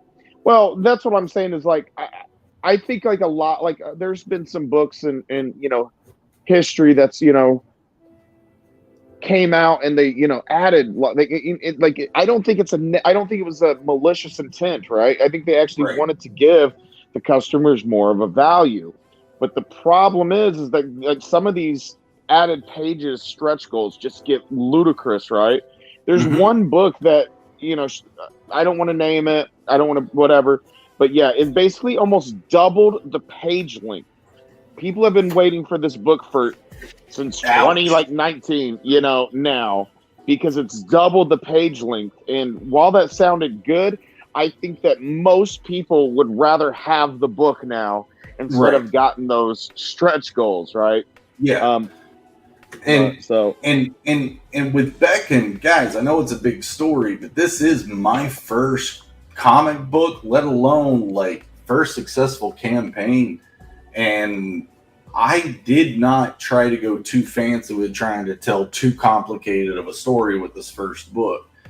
So there's a subtext to it that when you're reading it and the story you're reading is fairly a simple story.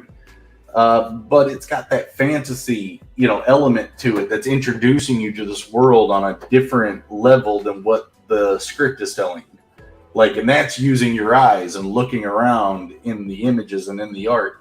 Now, I don't know if you guys are going to appreciate that or not. I really don't, but we'll find out. And if you don't, I'll adjust on the next book. But yeah, like I can't wait for you guys to get it and let me know what you think about it.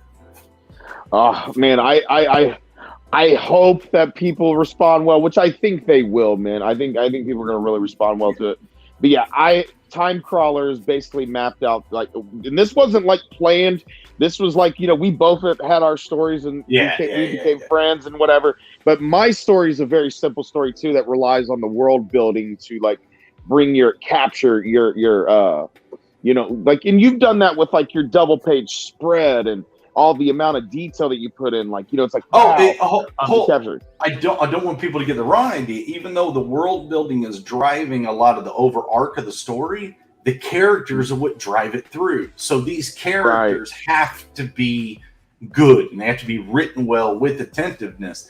And so, but how are we going to tell a complicated world synopsis and tell the growth of the characters in that story at the same time? And I don't even think you're supposed to show and not tell, right? So the way I did it is I'm doing the exposition through the visuals and the little cues in the script between the characters, but their dialogue isn't, oh yes, you remember we do all this 10,000 years ago under the guidance. It's not expositionary. It's more like, hey, we going to work? Yeah, what's it going to be like? Yeah, we got a tune.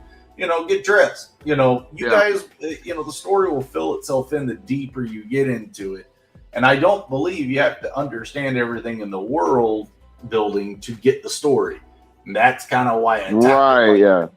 I'm glad you took over that and took the reins over that, because that's kind of what I was trying to say. You're just more articulate. He's been practicing his pitch more than me. Mine's still months and months away. So glad but that's what I was trying to say. Thank you. So, but yeah, with same thing kind of here with Time Crawler. But yeah, Jay Ryan, wow, he is destroying me today. He said, you thought you were fighting with me, D-Wag, but for me, it was just a Tuesday. And then he said, take that back or you'll hear from my lawyers. So, oh man, I take it back. Violence today. Yeah. It's great. 80s made is saying, he said, I'm sold on the art, but the story is important. What he's saying is, he's like, the art sells him, and then he does think that the story is important. That's probably where I'm guessing he's going. That is the story keeps him in. But yeah, dude. And I'll say to inspire me to draw as much as I do on this, I believe in the story. And I guess a lot of people can say that about their own things. Oh yeah, my story's so good, man. I don't know if it's good. We're gonna find out. I think it's okay. I think it's pretty good. I'm inspired by it because I know it's one part of a bigger piece, and I know where it's going. And the biggest trick is trying to get you guys on that bandwagon with only so much information, and I understand that. So I think the biggest thing is get the book out, get it delivered on time and in good, and in good quality. And I think I'll get you guys for the rest. Yeah. Chris Fisk says, world building is great, especially for peripheral material, but ultimately the story and characters are the only thing that matters. Yes. Yeah. Sure. Yeah. And I'm not disagreeing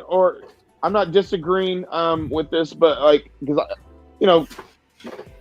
and I'm not saying this is what Chris Fisk is saying here, but one thing I see that a lot of people do is they try to fit too much in, and it's also a complication of the medium and the format of how the crowdfunding model works, is that it's like a lot of creators want to fill in a lot of the story, so that way the people that are getting the books, they're invested in it. But what I see a lot of people, based off the fans that I talk to, a big, most of the fans, because I reach out and talk to a lot of the fans and people that read these books. It's almost universally unanimous with this, but obviously I don't want to say that, because I could be forgetting something. But yeah, I mean it's pretty. The fans pretty much tell me that a big problem that they on books that they are reading is that people are trying to put too much into the first story, right? And there's just not enough pages to do so. Yeah. So but but I get why that and I understand why that's happening, is that to sell crowdfunded comics, it's a creator making this project on their own. So they don't have millions of customers and stuff, so it's hard to kind of basically hey, put these books out on a regular basis. And there's a reason behind it, and it's finding that perfect medium of both, where you can tell a fulfilling story as well as give a value too. Yeah, and I guess that's why I feel very blessed to be in this group with you guys and have cultivated a following, at least where you guys care what I'm doing. And that means a lot to me, but that to me is that's what crowdfunding is supposed to be for. But again, it's I'm making Beckoned because you guys seem to like it, and I'm going to do it and find an audience one way or the other. You're with it or you're without it, I'm going to be doing this. And I love the support, and it just, that's what it is to me, is bringing my art finally to people who appreciate good art and good stories. That's the other thing, is I'm not just drawing stuff. I'm creating things like sculptures and writing, and to me, it's all an art form. Every bit of it's an art form. And I've tried to tell writers that too, is what you're doing is art.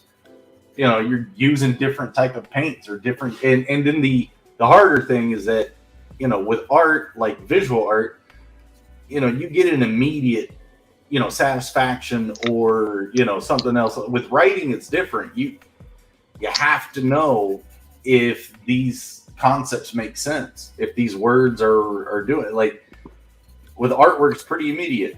If they like it, they like it. If they don't, they don't. And they pretty much can figure that out when they look at it. Writing's a lot harder to kind of get, but it's still an art. And doing lettering, that's an art. And I'm learning that, studying in to be attacking the letterings here. There's subtext to it, things you didn't think people thought about. Oh, it's bold and italicized here, but the tradition in comic books is not to italicize this here. There's little things. And coming in as a newcomer, you're not going to know those things, but you damn well going to be judged by them. I will tell you that. That's just it. You're selling a product. You're not selling your high school project. This is serious. You're an adult now, and you have to back up what you're creating. So that's where a lot of my nervousness has been, is I'm finally putting something together where I'm asking people, hey, fund me. I got your back. And it's exciting because I'm finally ready to put this stuff down in a concrete way. And this first book is, I'm totally psyched. Totally psyched. The game is good, but you all won't know that until it's made. But yeah, this one's out there first. I'm just excited. Just excited. Yeah. So Hojo's in the chat. He's saying, I'm backing it after I get my Christmas budget together for kids. That's a promise. I'm guessing he might be talking about Beckoned. I'm not sure. I don't want to, Also, 80s made consumer. 80s made consumer. Yeah. 80s made consumer says most people don't take my criticism well, probably because it's harder to fix after the fact. Too many creators don't ask for help along the way. Along the way, yeah, I know that one. I agree. What I'm saying is it's harder. Everybody. You can't ask everybody. How long are you going to take to do that? Like, you kind of have to pick who you're going to ask and trust their opinion to guide you, and that's it.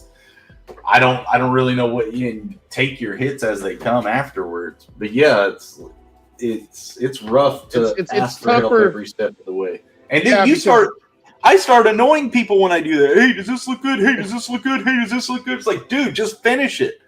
Then ask me. You're asking me every time you get like this little section done. Like, come on.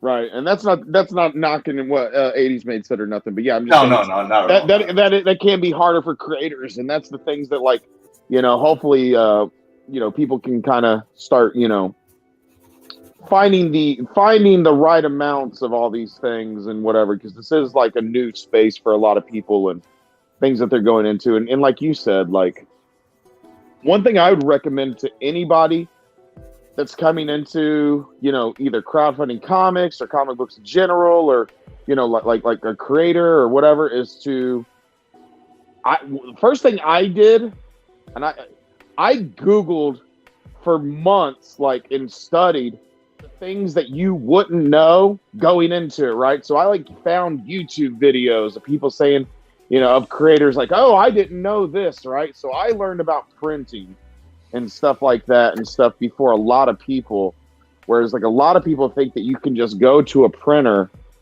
and it's that simple. Right. And you'll find out the hard way that it's not, and a lot of people wait till they get their book finished to even go start looking at that stuff.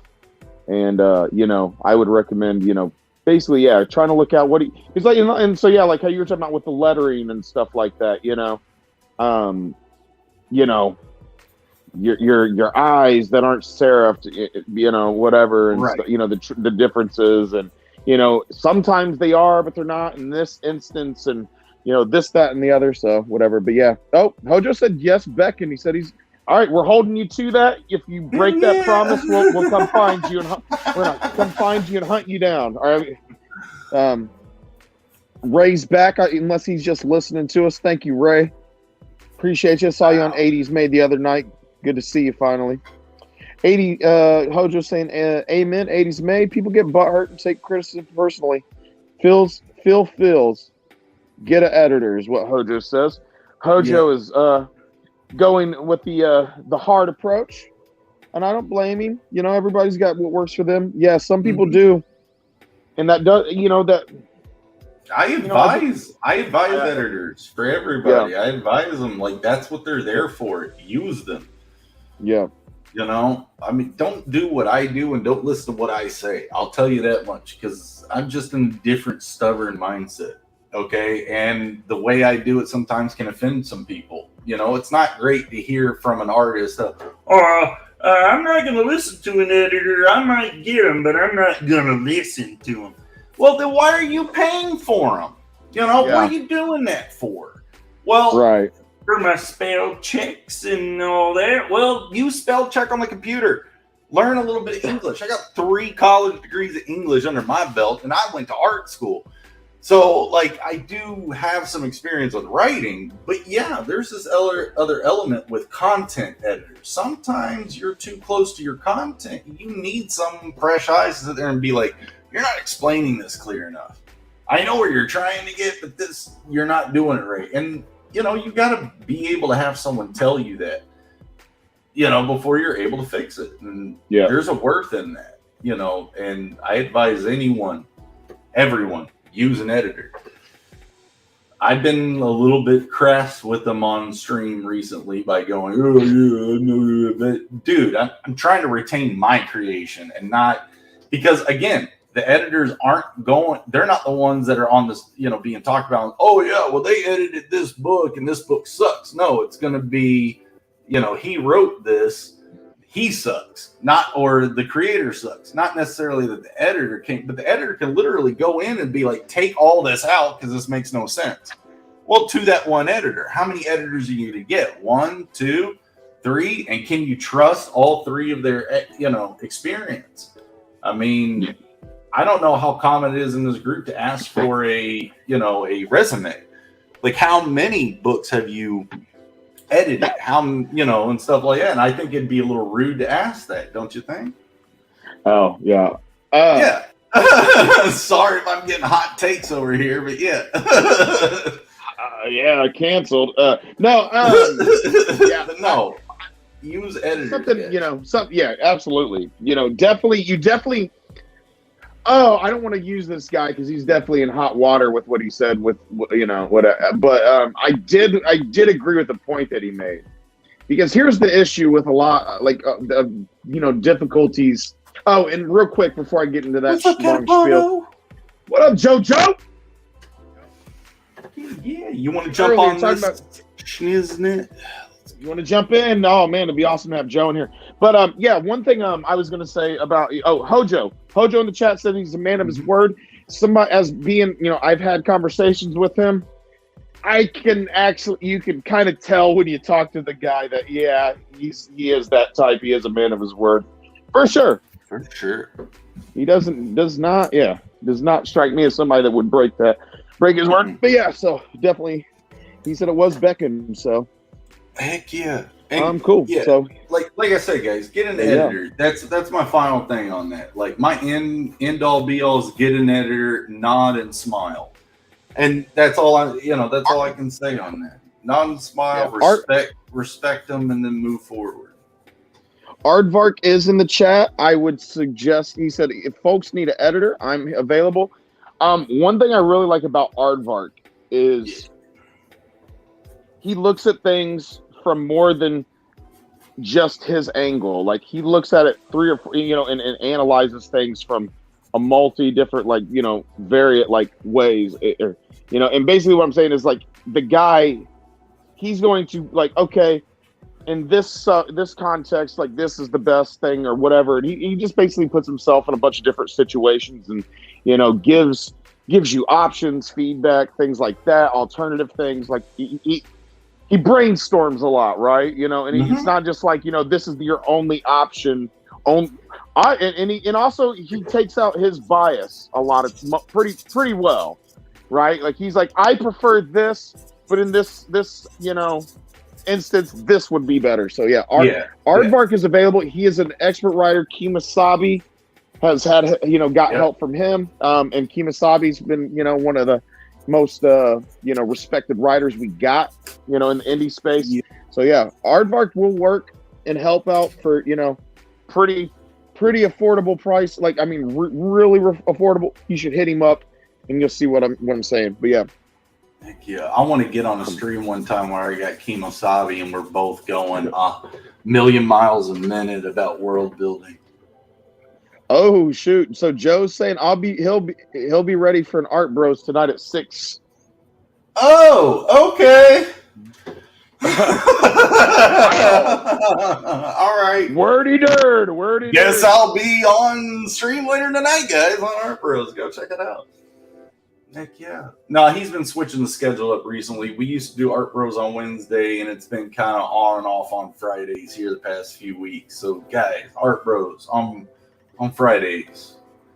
Go get you some. But yeah, Aardvark has an amazing looking book. Man, Joe, you guys need to get him on there one day. Right? He's super awesome, you know? Yeah. Aquila is one of the hottest looking books on Indiegogo. So Wiggle. Yeah. Quiggler. You know, Kari, his artist is freaking awesome, man. Insane. Like, super talented and super fast. But yeah, so. Oh, you could tell that with the confidence and the marks. Right. But yeah, like, dude, like, they know what they're doing. You're fine, brother. There's an idea of taking taking things with a grain of salt. Not every suggestion is a good suggestion. It's your story. But if I don't understand it, then something needs to be fixed. Yeah, like for sure. Yeah. You know, that's from 80s Made, by the way. I think you might be responding to me, but they are talking in the chat. Thank you guys for doing that and entertaining yourselves. Mm-hmm. So I got Rob Looper on tonight. Yeah. I think building off of that last was like on Lord Crackhead stream the other night. They were kind of talking about this element, and it's like you know, it is your story and it is your stuff, but it is a product, and this is it, and you have to make sure it's clean and legible. You know, like, you don't want to ask people for money and come up with this thing that you're going, oh my God, this is my baby, this is the best thing, and then no one understands it, or there's horrible like grammar usage or punctuation usage. And look, I think it's a little pedantic for people to get nuts about a misplaced comma that they can easily overlook, because in game development, when it comes to games that are getting translated, I mean, I've been in 15 years of horribly translated Japanese games. You learn to look over it and indulge the fantasy because you bought it to have fun, not to bitch about. But I understand how that ruins the focus sometimes. It ruins the professionalism. Yeah. So there's a lot a creator can do, and go ahead and double check yourself. Make sure that you're doing all that before you spend the money on an editor that's going to come in and find out that you misspelled a few things. Like, make sure that editor's giving you real good content editing too. Like, I can see what you're trying to build up here in the suspense or this not, but it's not pulling off because you use these, you know, order of words in this way, which elicits a different emotional response. That's the kind of like editor I want, is like coming into me with that. Like, I can get past the spell check. Fine. It's give me some, but again, you have to have that spelling corrected before you sell the book, before it goes out there. Like, in my opinion, it's got to be perfect when it goes out. And I'm too close to my creation sometime, and I need that human spell check. I need that, because spell check just checks spelling. It doesn't check your past or present tenses a lot of the time, does it? Or, you know, and that's one of the biggest mistakes in writers, is breaking tense. And Hojo's in the chat. He says he recommends Kemosabe as an editor. So just going off that, Kemosabe recommends Aardvark as an editor. So any of you guys, you know, like, and Aardvark's willing, like, to do like pretty, you know, a trade, or, you know, some really like low prices right now. He's just basically trying to get his name out there, and try to get branch off in the community, right? Because a lot of people right now, like he had issues getting on certain shows and stuff, right? Just because of, like, you know, being newer, whatever. And he's not new, but he's been around. But new as a creator. He's a baby. I'm just joking. He's super talented. Baby. No, I'm just joking. It was hard for him to get, you know, in comparison, because his book looks so freaking good. He's such a talent. He's so, you know, as talking to him as a friend, you know, like, the guy is relentless, right? Like, he's not checking things once. In a good way. He's not checking things twice. He's not checking things. This guy's checking things 5 times, 10 times. Like, you know, like, your shit will be right. And by shit, I mean stuff, you know? But anyways, sure. So no, you know, and that's the other thing. Do you use one editor? Do you use multiple editors? I would hire multiple ones. I would hire 3, and you see what all 3 of them would give you, and then based off of that, you actually have a kind of a scale. You have a balance. You have one that could give you probably mostly praise. You have one that gives you mostly critiques. You have one somewhere in the middle. I guarantee you, each of them are going to have their own nitpicks, and from there you can kind of gauge and have a pretty balanced way of attacking or correcting what's going on. What's up with that? Oh no, it's just an idea. Ray is a web developer, right? And, you know, for Tug, He said that he deliberately misspelled stuff in the web design, and people like were giving him flack. So Ray, real quick story on that. Time Crawler, my book is about a little like cyborg ball. He can't really talk, right? So, like, and I did that like, you know, like as a trick to where like, you know, basically he has to be like dynamic with like his like, you know, gestures and stuff like that. But also like, you know, if I had to, you know, do my own words and stuff. What were you gonna say? I would say it'd be cool if part of the his speech impediment that you're trying to elicit in the script is maybe some words are phonetically spelled instead of spelled correctly. Right. That was my plan, Ray, was to do that because like as the story progresses, he gets more and more comfortable in the story. It's natural, everything like that. But he slowly starts talking and learning to kind of speak. You know, he kind of acts like an abused like puppy would, or, you know, he's like a little boy, right? Yeah. But yeah, like I heard like a lot of like people going like fans saying that they hate when people like don't spell the things in the word balloons the correct way, and I'm like, well, how do I? Yeah, so I'm kind of like yeah, but they like Spider-Verse. They like Enter the Spider-Verse when new Spider-Man's animated on 2s, when the professional Spider-Man's animated on 1s, and usually it's bad to mix animations that are animated in different frames, but for some reason it works artistically for Marvel, but we can't do stuff like that, or it's wrong. This is where I'm like, this is where I get in the face of an editor sometimes. It's like, where can I experiment and be original and not fit into a box here? That's where I start to like get in the face of an editor for a minute. Well, I had a conversation with somebody. I won't name who. They know who they are. But like you know, like about it's not a big deal. It's nothing like spicy, right? Yeah. But and I meant that softly, get in the face. I meant right. Right. But like we were talking about like right now here in the indie space and things like that. There's a lot of things, whether it's the streams or the stuff. And there's a lot of like, you have to do it this way. This is the only one way to do something. And in my opinion, I think that that's so narrow-minded. It is. Especially we got to start. There's a right way to do things, but you also like that's how things get stale. Is when everyone's just following the rules. Like no one's pushing the boundaries anymore or taking a risk. And you got to be. Got to be able to find a way of breaking it somehow. Yeah. Right. Like, you know, and that's one thing I would stress to anybody that's wanting to be creative in this space is that you need to understand, and there's really not one way to do any of this. All this stuff, whether it's from the streams, the setup, the content, or do you even like I don't even think it's necessary that people need to stream. Right.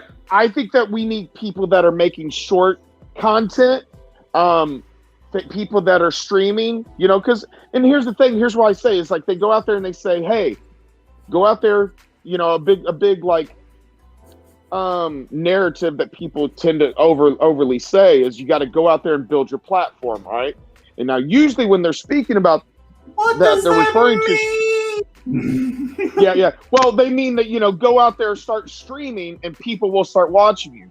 The problem is that doesn't work all the time.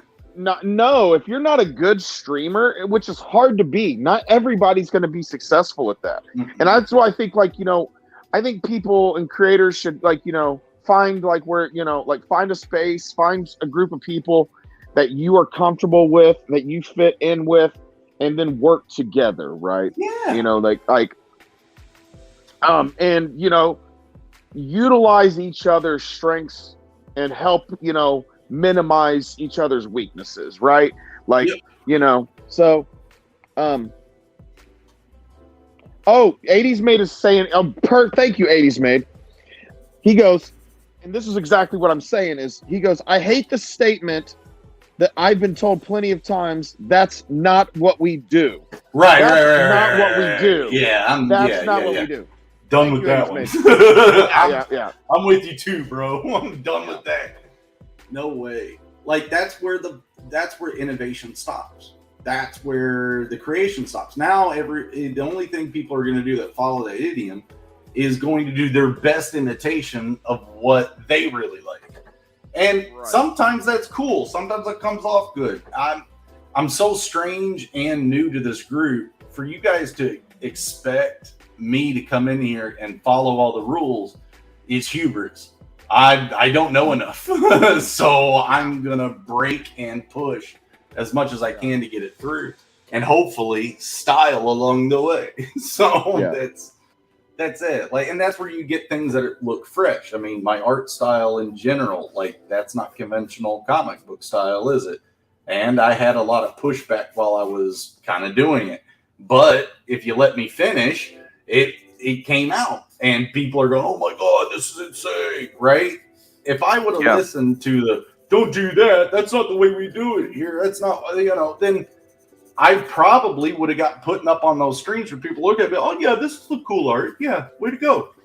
Instead, people are going, "We've never seen anything like this before. This is insane. Like you are insane." And it's like, "Yep, took a lifetime of practice. Let's go." Yeah. And I mean, as you know, as you're making your way here, into more comic books and things like that, man, I think you're only gonna just keep. That's the thing is like, a lot of people are mimicking a style or something like that, and our buddy Kenneth Roquefort told us on a stream that you came and helped me do on his closeout for Groken, is he said you got to develop your own style, develop you, right? You don't want to be somebody else, you want to be you. Right. So, that's one thing he said. He didn't like, that's why he doesn't like talking about his styles. Like people well, ask him, how do you do this? He's like, well, you don't want to do what I do. You want to be the next you. I don't even know if he can tell them how to do what he does, because there's a lot of stuff that's unsaid. He's probably never put any of that thought process into words. Like you can ask me the same thing, and I don't know how to tell you except draw more. Do this more, do that more. And these are small details, but what's going on in his head is probably 50 to 100 different calculations when he's putting a line down on his composition. There's so many other things around what he's drawn. Like, I'm drawing this right now, but I'm actually thinking of how dark it's got to be to balance off all this down here. Does that make sense? Right. And Kenneth is doing that on crack. Hashtag. No cap. Crack battle. But that's what level he's in. And I hope one day I can control it at the level he can. I am nowhere near that in experience. And Kenneth's got a long rap sheet for me to kind of But you're making your ways here, man. Like this is even looking more comic booky than your normal, Beckon style. So but anyways, they're having a conversation in the chat, so let's roll with it while we got it. Ray's saying no matter what you do, and I think he's so right with this, is that no matter what you do, there's going to be somebody, and this I think this is okay, but we have to understand this and recognize it, is that everybody has different opinions and different preferences, okay? And what he's saying is, he's like, you're not going to win. He's like, the grammar Nazis will still say something, and they're not. That doesn't make them wrong. That doesn't make them necessarily wrong. But it's like, at some point, you got to ask yourself, like, this is what I feel like is. Would you buy the book is my opinion in the minority or the majority? And start thinking about that, and because like some people will give you feedback, and this is the worst kind of feedback, where they're obviously giving you an opinion based off the minority, like it's like, wow, like dude, obvious, like they're saying you should do it this way, the way that I like it. I like eating moldy bread, so this bread that you're making, it's not moldy enough. Well, dude, you're one of those people that like eating liver king's a joke. No, right. Liver King's a joke. And so Ray is correct. He said you can't win them all. And another one thing I'll go before I go over to Hojo's point is, that's one thing I think we need to start spreading as a message is, I see a lot of like fans want to back the creators, and while that's cool, something to be considerate about is if you're not a fan of this genre and you want to support somebody and then you back them and you don't like the product, because you're wanting to do a good thing, you're wanting to help, you're wanting to be generous, but you got to keep this in mind: is are you going to build resentment for that person? Whereas, like, instead of building resentment for him by backing a book that you're not going to like just because you don't like that genre or that thing, like, you can help out in other ways. Yeah, you can help out in other ways by sharing a project. That's something else I think needs to be talked about in the future. And hold on that is okay. I've been told quite a lot in back channels that we're doing really good with Beckon, and the group, and everything. It may be a little unhealthy at the point, and the economy is unhealthy and stuff, but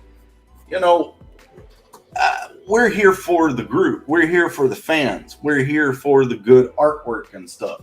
The finances don't really kind of hit me that hard, and what hits me hard is seeing you guys be excited.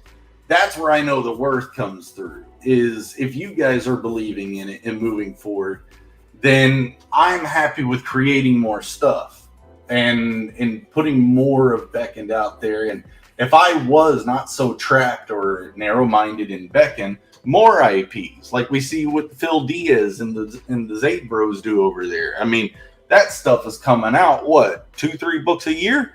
1 book a year? They're cranking it out. And there are those creators over there who deserve that type of stuff. And that's what you can do. If you don't like what I'm creating or the genre or anything, then go back some of those guys. Make this group healthier again. Make CG great again. Yeah. Get that head. Yeah. So Ethan. Let's So Hojo says, if you are a slave to conformity and the way of doing things, then there's no innovation, no trailblazers. Everything is just muted. I agree. 80s Made said, I hate the statement. Oh, yeah. Basically, I've been told that we don't do that here. Chris Fisk, looking through my spinner rack of CG books, I can definitely confirm that there's not just one correct way to make a book. Many of these books are varied in genre, style, and target audience. Hojo was saying that what I was describing earlier about creators and people working together and mixing their strengths and weaknesses. He's saying that's like a think tank or that type of mentality. Chris Fisk says, rules? Where are we going? Where we're going, there are no rules. There you go. Okay, got you. Yeah. Where we're going, there are no rules. Exactly. You're doing it different, customer for life. Or exactly, you are doing it different, customer for life is what I think 80s Made is saying, like, he's a customer for life. Oh, wow. Beckon possibly or something, been talking about Beckon before I met you. It's doper than dope. And so, like, just how awesome is that we're in a position where, like, 80s Made was gonna back the dagger, like the replica shard, right? It was on his mind. I don't think Zade, like he was kind of taken aback by the fact that those sold out so quickly, basically. So, there will be more in the future campaigns. Yeah, there will be more, and potentially larger, and maybe lighten up, maybe. Oh yeah. I've been talking about making them light up too. Yeah. So yeah. Cool. Yep. So continuing on, Ray, I did the. Yeah, go ahead. Okay. Sorry. Go ahead. Keep going. You sure? No, okay. You go ahead. Yeah. Ray says, I did the same thing in my industry. All the rules made by the big boys put you in a corner. I always got shit for breaking the rules. And that protects their job. It protects their job. And it makes them lazier. When they found the process that fits, like, that's what they're going to do the next time and the next time. There's no reason to innovate. Why fix it if it's not broken? That's the other thing. Right.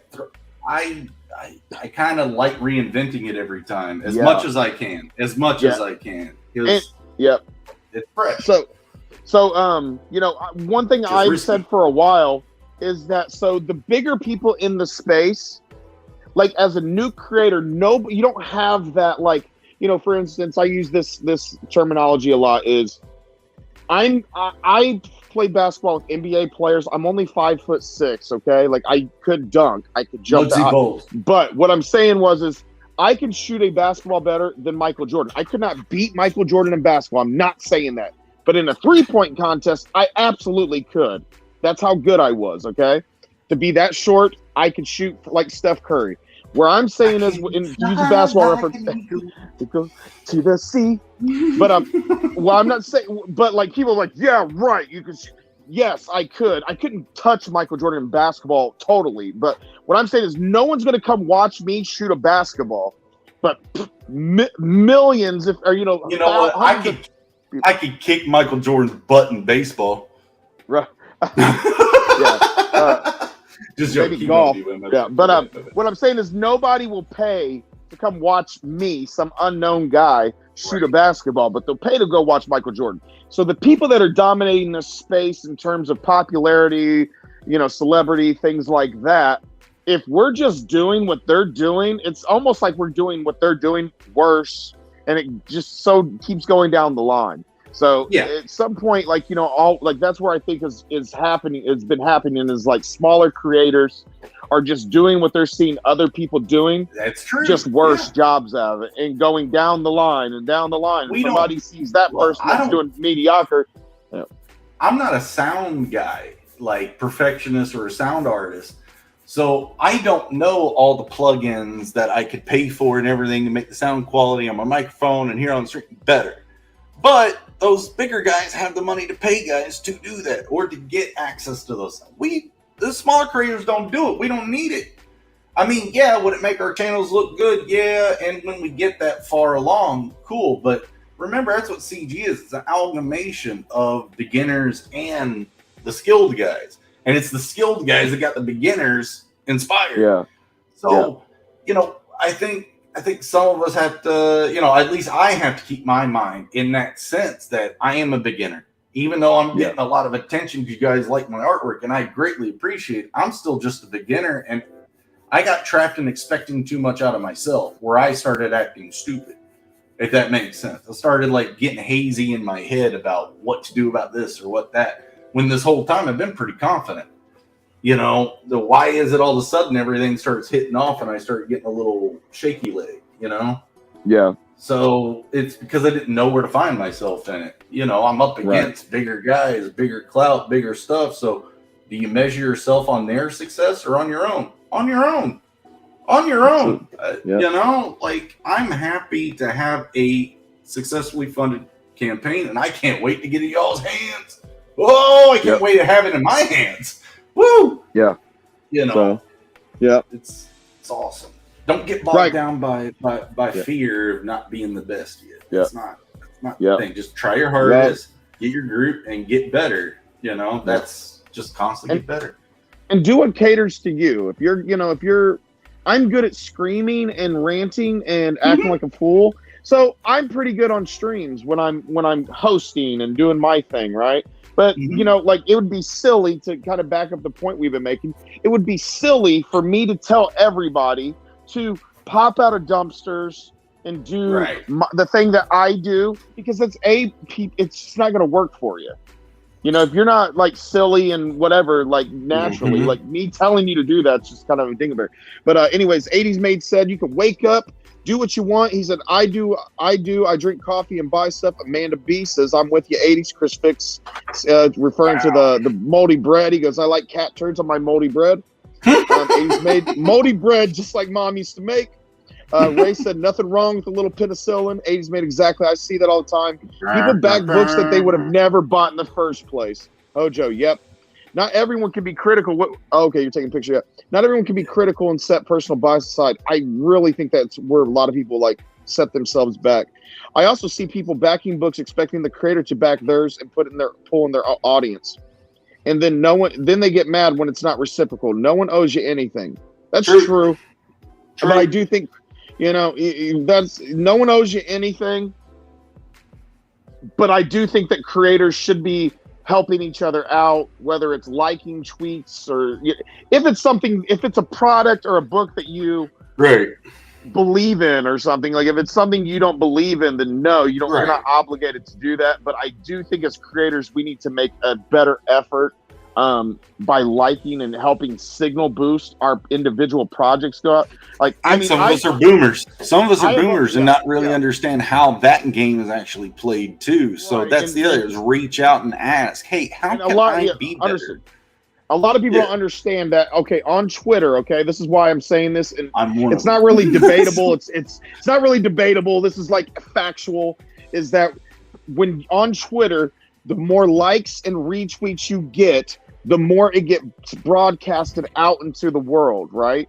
And the more likely that people are able to see it. Like I know, like some of you guys know about shadow banning, things like that.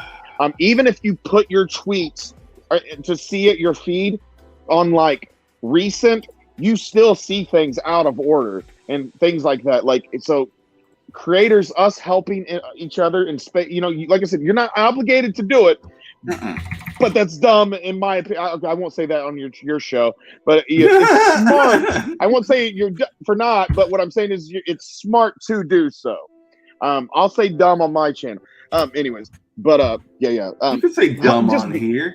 What I'm saying is, okay, I don't want to tell anybody they're dumb for not doing it, but I mean, you are. Okay. But I'm joking. I'm teasing. We just told you guys you're dumb if you don't do it. Yeah. Looking good, dude. Looking good. Yeah. Yeah. Also, I think, yeah, okay.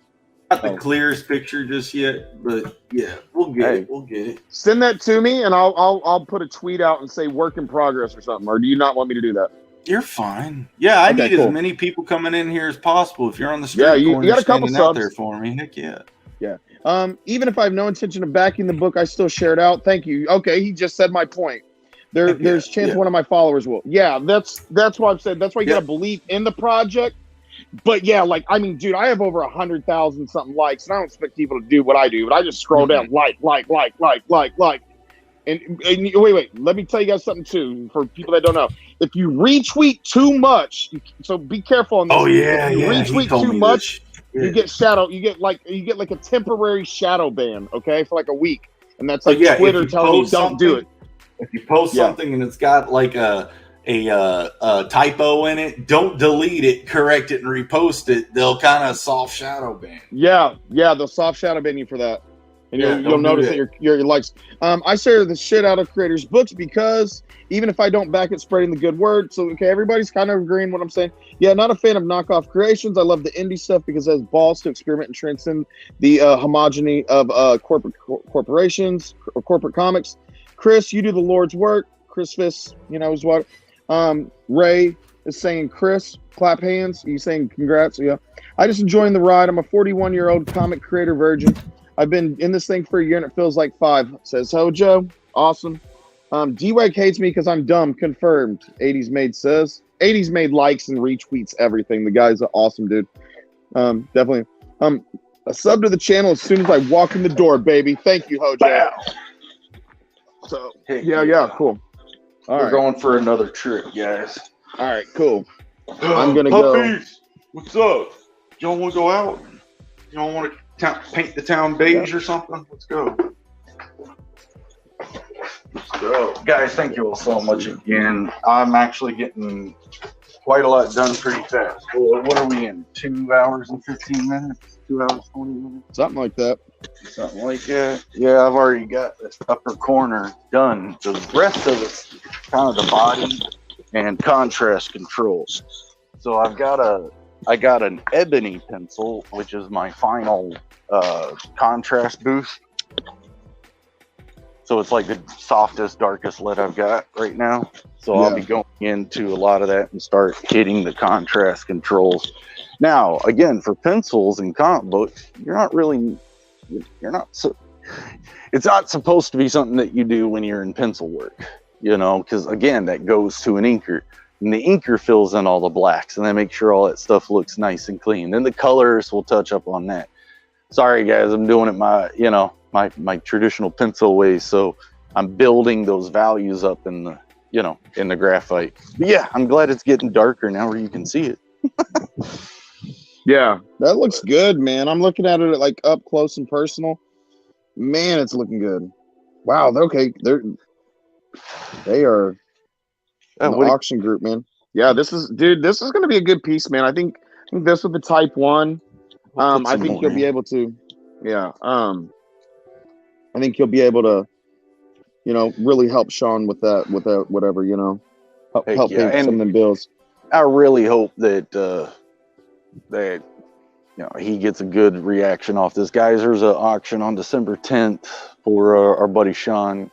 If you're wanting to get yourself some traditional artwork for some of these bigger creators, I don't know if D-Wave's been saying it. You all don't know it, but for those of you who don't know it, now you know. Yep. But yeah, hey, did you ever watch Veggie Tales?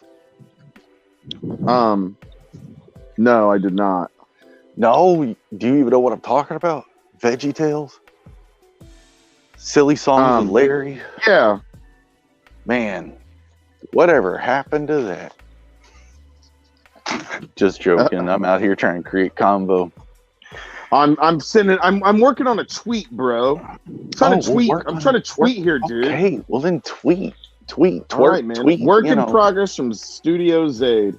Yeah. Twerking our tweets. Come. Giggity. Yeah, stop by and stop by. Or come stop by. Come, whatever. Stop by. Okay. So I'm on my backup phone. Like, you got a burner phone? I got a burner. You know what I'm saying? Let's see what we got. We got those arms deals. Oh, my man, Lion Mill Studios just joined. I don't know why you won't follow me on Twitter. I'm teasing you, man. But just showing off, man. I see that we watched your review the other day that you did of BECKONED. It was awesome review. I gave you a subscribe on the YouTubes. Thank you very much, dude. Hell big shout out to Lion Mill. Thank you for showing up, bro. D's here. I haven't seen D in forever. D Hausner. It's been a minute since he's showed up. Yeah, over there on Kid Nebula. That's his book out there on Kickstarter, guys. Go check him out. Okay, yeah. That's right. Yeah. Cool.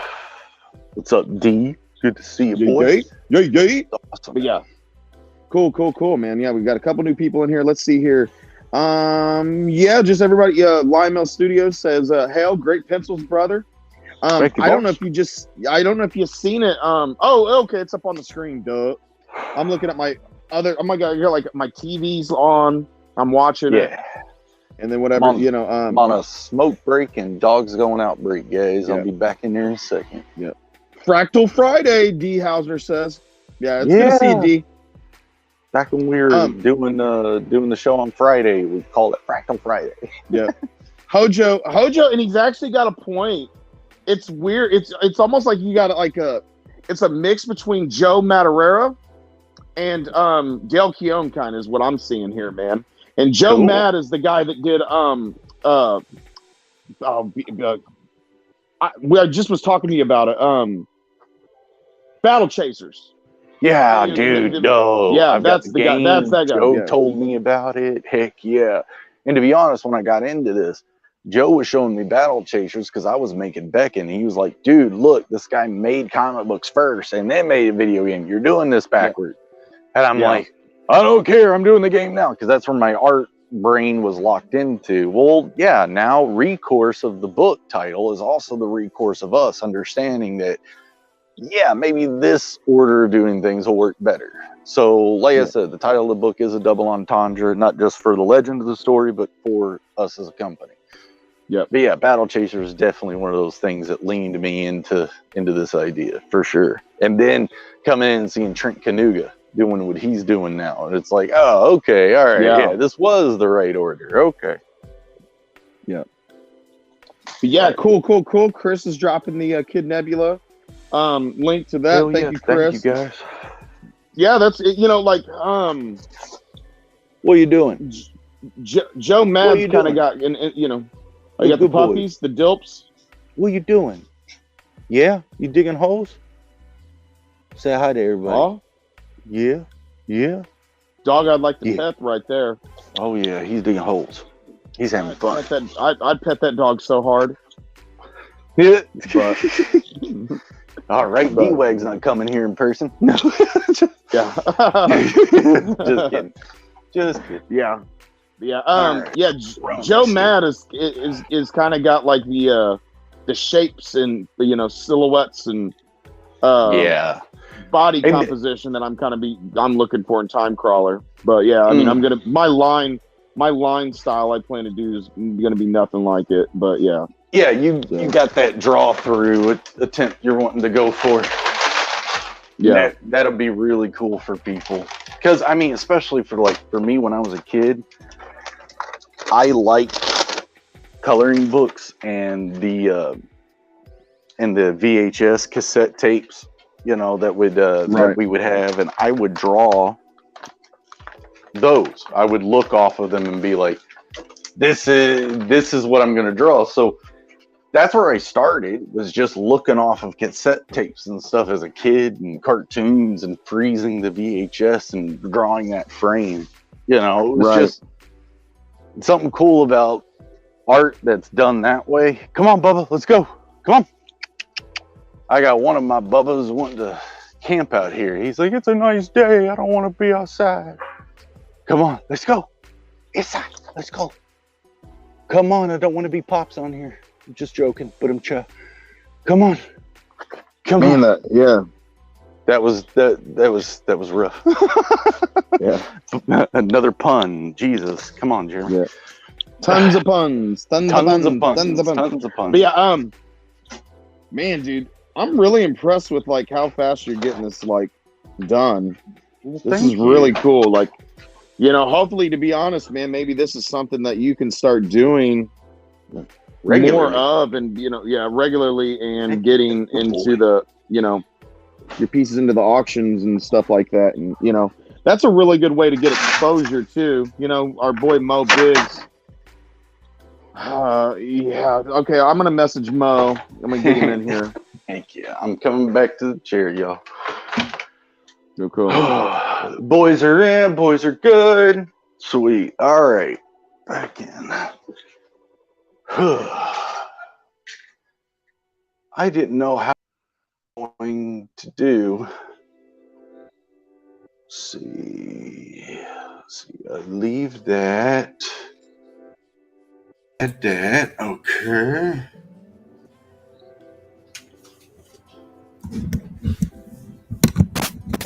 All right, you guys with me?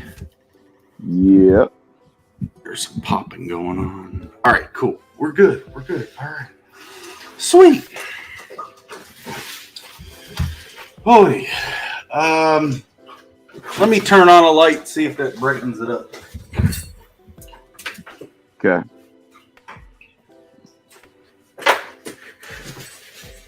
That help or hurt? I'm having a hard time seeing. Let me see here. Do it again. Oh, hold on. Let me bring it full screen. Yeah. Yeah, it's just this camera is not wanting to focus super nuts. Mm-hmm. But is your camera? Have you gone into the settings and changed the camera over to 1080p? yep. Okay. This Double is a checking. Rona. This was on sale during the launch of Rona. So they were all sold out, and I got what was left. But yeah. All right. So we'll just keep going here. What pencils? Okay. But yeah, thank you guys. I'm probably gonna work on the abdomen and the crotchal area, and then we'll be getting towards the finishing stuff here probably this next little bit. So let me zoom up to his abs. Let's get the abs, baby. Look at those abs. Potato cam. Yeah. Potato pit. Wow. All right. So I noticed the pit didn't seem to have a belly button. Instead, in some of these images, I see that He's got skin stretch marks over some of them, which, to be real, it's not really doable. That happens on fabrics, not so much skin. But yeah, so if I draw his pants below his belly button, would you guys consider that sagging? You know, I don't know if you all feel about sag. I do a slight sag. You know, I show my boxer briefs, or what are they? The Fruit of the Looms a little bit over the jeans. You know. Yeah. Joking. We got Matthew Fowler's joined us again. Thank you, brother. So, and the other thing is, like, with no belly button means I can use chains, and I'm looking across the waist, and there's 2 rows of chains, and I've got one kind of elicited here, and the belly button would be right there. You know what? They put nipples on Mario. I'm putting a belly button on PITT. Cool. Shane Davis put nipples on Cyberfrog, so I think he'll be all right. But do your chain hang low? Do it wobble to and fro? Does it tie it in a knot? Can you tie it in a bow? Do your chain hang low? Do it wobble to and fro? Do you remember that one? Yeah. Do your chain hang low? Beasta! Do your chain hang low? Sorry for all you guys that didn't grow up in the slums. We over here slumming it. But yeah, the slum life. But yeah, dude, you're so are you excited? For Beckoned Recourse number 2, you said that you're gonna make the jump over to original for the line work?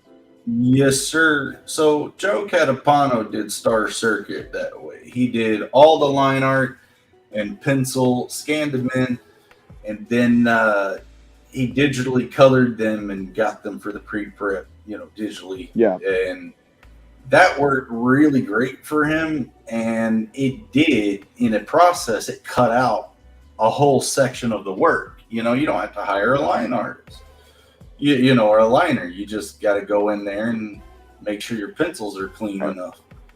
So that's where I'm going with Beckoned. So Shelby, our good friend Shelby Robertson, 25-year veteran in the comic book industry, worked at Image Comics, Extreme Studios under Rob Liefeld. He was talking to me and he was telling me he's actually saying that, like, comic books, the reason why you needed an inker back in the day was that the scanning technology wasn't sophisticated enough that you had to, so you had to ink the things. Now he said that inking is kind of just more of like a decorum now for original art, and stuff like that. So to him, I can see that. He said that, like, when he's drawing his book, I hope this isn't a secret, but yeah, his books, I don't think it is. Tweet it out, guys. No, don't. But, he said, basically, unless he's selling the original art, he just goes with, like, the pencils or something. And he only inks it for selling or, an auction piece or something like that or whatever. But yeah, he said you can take your pencils, you can scan them in now. I actually bought the same printer that he's got because I'm, super cool, with like super cool and famous, like me and Shelby are like best buds, basically like best friends.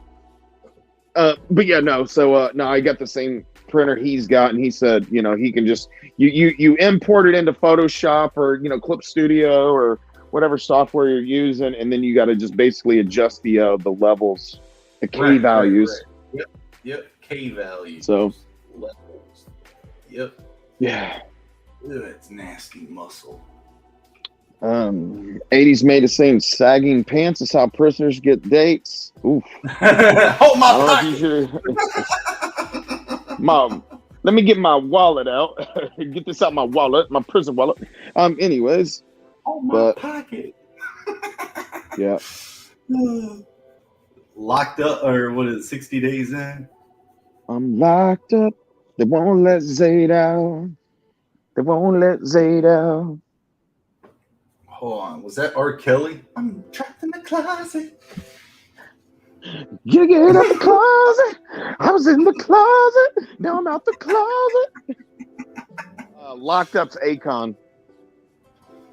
Gonna find the motive. Okay, everybody's gonna leave if I keep doing that. No. So. We're gonna get you on Global Frequency one night. Yeah. Yeah, do the karaoke, D-Wagon karaoke. Yeah, Mo Biggs has not shown up. He must hate us. Confirmed. It's all right. Sucks to suck, but his piece doesn't suck, so we're in good. We're in good. I don't, he's hit me up. He says, "Yeah, I can't make those time slots." It's like, Yeah. well, I'm sorry, bro. We used to be on it on Fridays, Mm. and then we needed to switch it to Thursday, and then Joe switching from Wednesday to Friday. So yeah. Yeah, it's weird because it's like Mo isn't a real person, so it's like it's not like he has like a real life outside of like being in the chats. So it's like, what are you doing, Mo? He just must hate you. That's the only thing I can. It's okay. Mo used to give me a lot of guff in the chats too, so it's gotta suck to see me kind of moving on. Yeah, and killing it. Basically, you're Love super you, famous now. Oh yeah. Signing tits everywhere. Yeah. Oof. Oh, we were thinking about putting out D-Wag waifu pillows finally. We were like, a stretch goal, like what's it cost? But trying to get in the decal that would be printed on the waifu pillow is the other thing. So would I be the artist, or would I get like one of the manga artists to do it? And then like, do we put the Frappuccino in one hand? Like, what's going on? Like, how would you design your waifu pillow? Me? Obviously, AI art.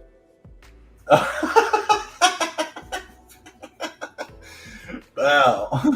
AI art. Yeah. Yeah, it really sucks. They just released today on Clip Studio the news. I was checking earlier. Clip Studio removed like the AI generator palette from their thing. Right? So wars are happening now. Oh yeah, there's wars over it, right? So they no, in all seriousness, they put up a feature where they had some like palette thing, an image creator palette thing that they incorporated into the software, right? Mm-hmm. And what people were, I guess a lot of people got super mad and were saying basically like, I don't know how it's set up. I think like if you like were an artist and maybe if you had I don't know the specifics, maybe if the mobile plan or something or whatever, they would use your art to compile data to go into these AI generators. And people no. Oh, that's so bad. No, that's so bad. They're training their AI generators with the real art going on. That's the agreement, is it not? Oh, that sucks. I don't know. Oh, no. Fowler says AI art made with stain-resistant rubber. Whew, for the AI, the waifu builds. Yeah, I don't know that like if that's exactly what was happening, or people are just worried that would be the next step. But they've removed that feature now. But that doesn't mean that they don't take your art and because like it's a thing. That's how you train them. Yeah. It's a what? Again, beck and recourse now, guys, because the robots are taking over. And the next time you're going to see someone do artwork at that level on a comic book is probably going to be an artificial intelligence. Now, wouldn't you like to kind of compare the two? Go ahead. Yep. Go back up recourse. Screw the computers. Have you guys seen Terminator? Don't you know how this turns out? Right. Skynet, guys. We got to beat Skynet now. No, I'm wondering when that's going to be it, because humans are just, we are just inherently business oriented, and we're all about like maximizing productivity. So with that inherent reflex, that day is coming. Yep. Not to sound like the damn shoe bomber or something, but that day's coming. Yeah. It's just a scary time for anyone. Like even with Indiegogo thing or with other companies, how much AI is already running us? How much AI is already running a lot of it? So you want to get good at art. It's not necessarily how well you can draw a line. It's how well you understand the principles that make good art. The principles and elements. Elements are a bit more easy to understand because that's line, color, those are the elements of, but the principles of art are more general and they can be applied in just about any form of art. And I think when people can understand the principles first, and really understand what they mean, you're going to find yourself putting those principles in everything you create. Now, these principles are something that an AI could possibly end up executing, but AI still can't think as dynamic as a human brain. Or even if you hire a human artist on your project, you can give them more direct direction, and there's a lot of subtext in that direction that the human's going to understand automatically.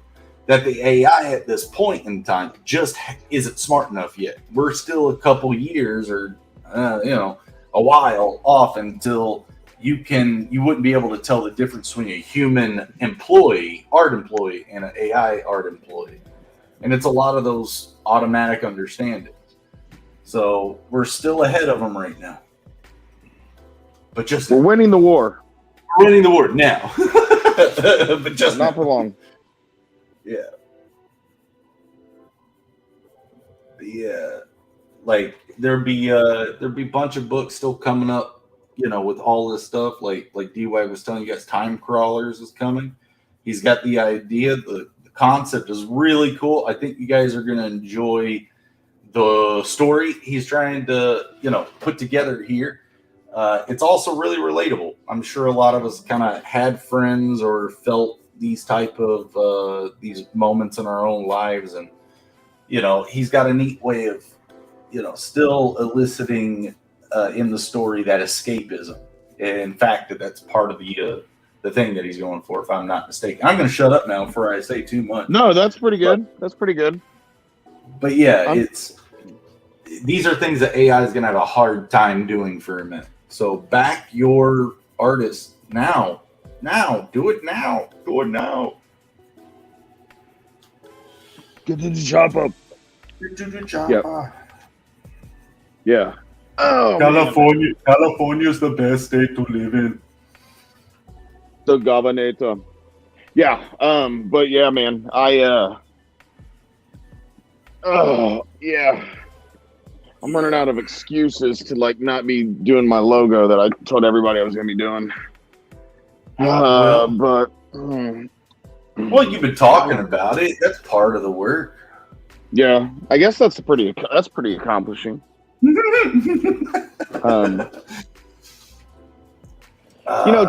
Talking about doing something that I said I was going to do is a big part of my strength and my personality.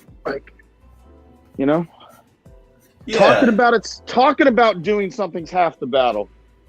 Right? Yeah, it starts to make you, take responsibility for what you say.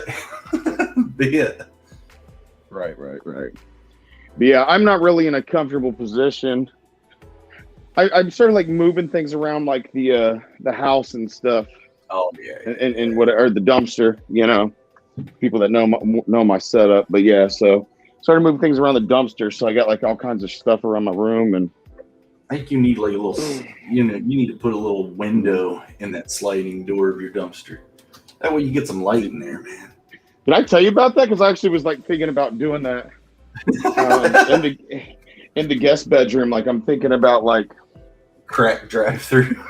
get like I got like a real tiny like guest bedroom. I was thinking about like getting like a like actual like fabricate like some like dumpster, you know, whatever. The hell is my dumpster? But yeah, fabricate something, and then where the window is, like I put like that like sliding like mechanism on the bigger dumpsters or something. You know, I got the 2-story dumpster with the sliding window or something, you know, make it part of it. But yeah, like hey, drive-through comic store. yeah, Is in the dumpster, man. right. You know, you got like an order here, window on one side, and then they drive around the other side of the dumpster, and that's where they pick up their comic book. Oh yeah. Mo Biggs. Speaking of him, you know, he came up with a super awesome idea. That like for crowdfunding, he was saying like, what if he was telling this to Arasaga, or you know, Brian from Arasaga. He was saying like, you know, he was like, dude, what if you had like a trunk, right? And so for the crack pack, like, what if like I go to like a comic, you know, because one thing I want to do is I want to get Time Crawler and take it around to like conventions and things like that, and try to like go with that. Like, so for me, one thing I'm trying to do is like lower the cost of the books, which right now in terms of crowdfunding, It's hard to do. It's hard to do because even if you lower it, so like for example, the easiest way to explain this to people who may not know is if you half your cost, if you make your book half the price that other people are, that doesn't necessarily like That's not like good. you're not gonna get double right. sales because you've lowered your book's price by half, right? It's not even like you don't even get close to the more amount of backers, right? At this point in time, for most people, right? Like that's not the most, you know, lucrative way to make a profit. You can't do it by tanking the market. That's what we're saying. You can't do it by underpricing the market. But that's for crowdfunding. Now, the problem with the hard part with crowdfunding and getting your book into stores or anything like that is that the price where, you know, a lot of people are just going to make their book for passion and things like that and whatever. And I'm not talking anybody out of it or anything, but basically it's like the difficulties people run into is that when you crowdfund, well, you need a lot of capital to start your business, start your model. So, you know, most people need to charge that higher price and whatever. And what happens is now you're in a position where because you don't want to upset the people that like backed you initially, you know, at a later date and undercut the price, right? Like I've had like one or two people say it's like, oh, I get the books made from the money from the backers, and then after I have the book like created, then I'll start selling it for a lower price. And I'm like, dude, you're about to piss people off and ruin your entire, you know, because I understand their thought process. Like, well, I needed the money to make the book. Well, dude, you don't want to give other people supporters, right? The people that supported you and made it possible, like you don't want to give it. So that's the hard part in doing this and coming up with a successful business model or whatever. Oh, we got Sumo Thori. What's up, Sumo? Yeah. Like, is there anyone in the chat you think would be fun to kind of bounce out these ideas off? Or are you kind of liking soloing? What'd you say? Say it again. You like soloing, or do you think someone else should jump in? Chris Fisk usually jumps in when I throw him a link, or anyone else. Oh, It's, if you can get somebody else, man, I'll jump off and like handle a no, couple no, I'll things. say, like, add to it, or you need a break. Yeah, I can Yeah, if draw. I need a break, yeah. If you can get somebody else in here, I'll take a quick break, Yeah. and then I'll pop back on when they jump off. Anybody? So yeah, if Chris Fisk wants to come in here, that'd be awesome. Or Jay or anybody, man. Like, if you guys want to come in here, let us know. But yeah, DY's doing great. Chris Fisk is talking about crowdfunding is overpriced, but you're getting a premium product. This is why I leveraged Amazon instead of in demand. The retail version costs much less, but lacks the white glove treatment. And I understand that, and that's like the most that's the best way I've seen anybody. Like on your creator though, because like for example, like I was saying at the beginning of this, I kind of thought when I started this campaign that the version of the book that I'm offering is the best version I can conceive of. But now that I'm through it a little bit and I'm going to be, sending them out, I'm getting comments like, put the extra money into the quality of the book. And I'm like, well, I already thought and prioritized that now, like before we're here. Now that we're here, what kind of improvements do people expect to see? Like, do you want gold leaf on it or what? Like, what needs to go on it to improve the quality of the book at this point? Because that's what I thought of doing. So I'm kind of lost in the ether right there on what do I do post, all this. Where does the money go? What do you mean that stuff? But yeah, sorry if I ran off a little bit. No. And I mean, so, Chris says, yeah, the crowdfunding version of the book is different from the Amazon retail version. You can't piss off backers. I would disagree with that statement. If I'm being honest, I'm not trying to what I understand that it depends on how much the books vary and how much the price, right? Like, I would rather backer if I'm putting myself in their shoes. That's what I think a lot of creators should. I'm not saying you're not doing that, Chris, because I love Chris. Chris is a super brilliant guy, by the way, and I doubt he's. What I'm saying is, like, on the extreme end, right? Like, I'm going extreme. $25 book. It's the white glove treatment, right? I'd rather have the $3 version, which I'm not saying Chris is like anything like that. Like, I would just rather. It's like at that point you're going to be teaching backers whatever. But yeah, like I'm almost like,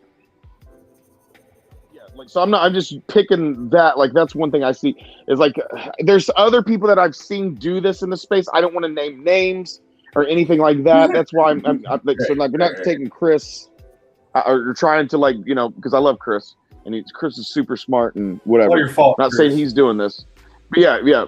It's all your fault, Chris. But yeah, and Chris's book was actually super affordable. And the packaging. The white glove treatment. Packaging. Yeah. With packaging. So actually, good point. So, okay, cool. Now I don't feel like I'm like picking on him. But yeah, like what I'm saying is like there's people that have had like a $25 book and then you can go get that $25 book for fucking $3. Yeah. Wow. Like, was the perfect bound book like that much worth it for instead of like the saddle stitched or something or whatever? Chris, I'm just not trying to be controversial, you know me. But yeah. I'm glad I remember that. Chris's book was actually like super affordable on Indiegogo and shit. Yeah, and it's actually reason this book or this box that's extremely sturdy and everything came bubble wrapped on the inside. Infinitale Chronicles War of the Trees. Go get it. Yeah. Bow. I got the same one.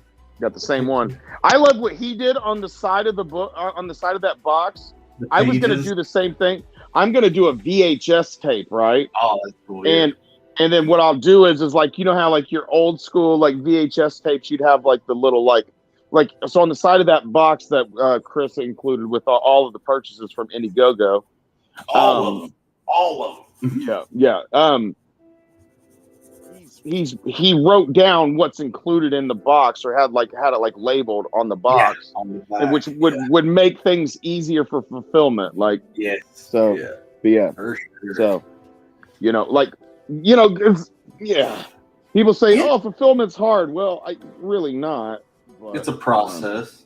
I think people just haven't thought it through of how to like make it an assembly line type of Great.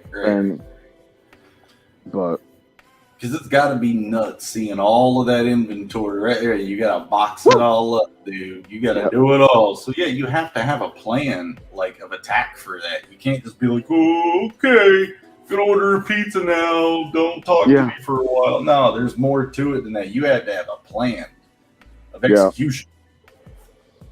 What up, Apex? Apex Comics is joining. He says, hey, Colonel. Good to see you, brother. What's up, bro? Apex, if you haven't, man, make sure you hit that subscribe button, man. We love seeing you over here, dude. Apex is another creator, you know, of YouTube content. I don't know if he's planning a book of his own, but yeah, he does have his own show.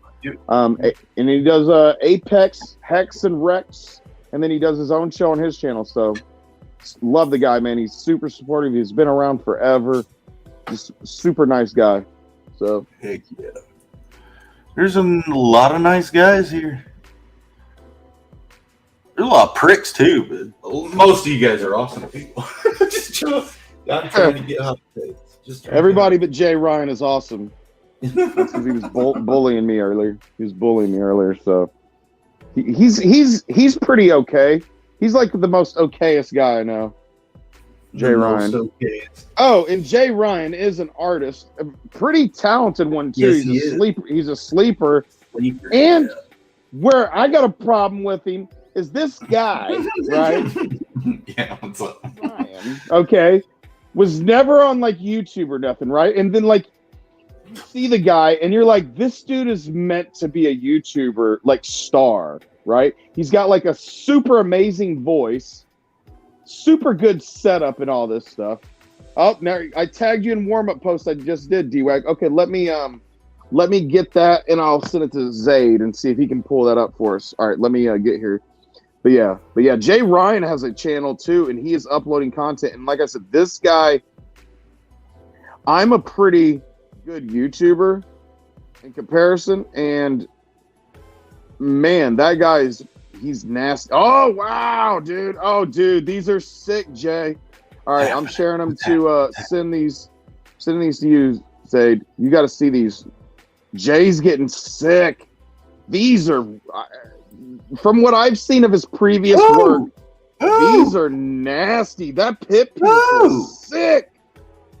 This pit, wow, Jay, his rage tolerance is sick too. Screw this. Sorry, Jay, I'm blowing you up. Screw this. Oh, guys, if one of you guys could drop the link to Jay Ryan's, or let him drop his own link. Is he a moderator? Has he got a wrench? I don't know. I should have him as a wrench. Give me a second. Oh, Sumo goes. Sumo, what do you think? He's blow this up. Okay, cool. Drop your link in there, guys. Make sure you guys go subscribe to him because he's as talented as these pictures are. Wow, these are impressive. He's even a better YouTuber. So, well, we got to get him. We got to use him to get us blown up. But yeah, can you make that like full screen or no? No, that's just off Twitter. Yeah, okay, right. Oh, if you click it, I'm a boomer. You could probably right click it, and share it. View a new image. Share image into the window. Here we go. Yeah, you might want to. I don't know. If you visit the. There you go. Wow, dude, Jay, that pit is sick. That's legitness, man. The Crow, man, heck yeah. Last time I saw the Crow was on Will Sasso's podcast. That pit's sick. Mm-hmm. Yeah, that's a pretty gnarly. I like the style, dude. You brought your energy into Mm-hmm. Look at those crotch hashing. And then the rage-tality, you got your own spin on him. I don't know if that's like a chick version, but whatever. But no, like it's just it's thinner, but yeah, like in the normal like way Shelby does it. But yeah, you put your own style in it. But it looks like regular rage-tality.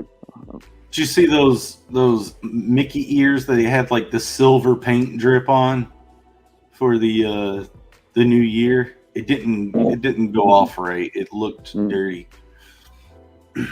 Anyway, it looked dirty.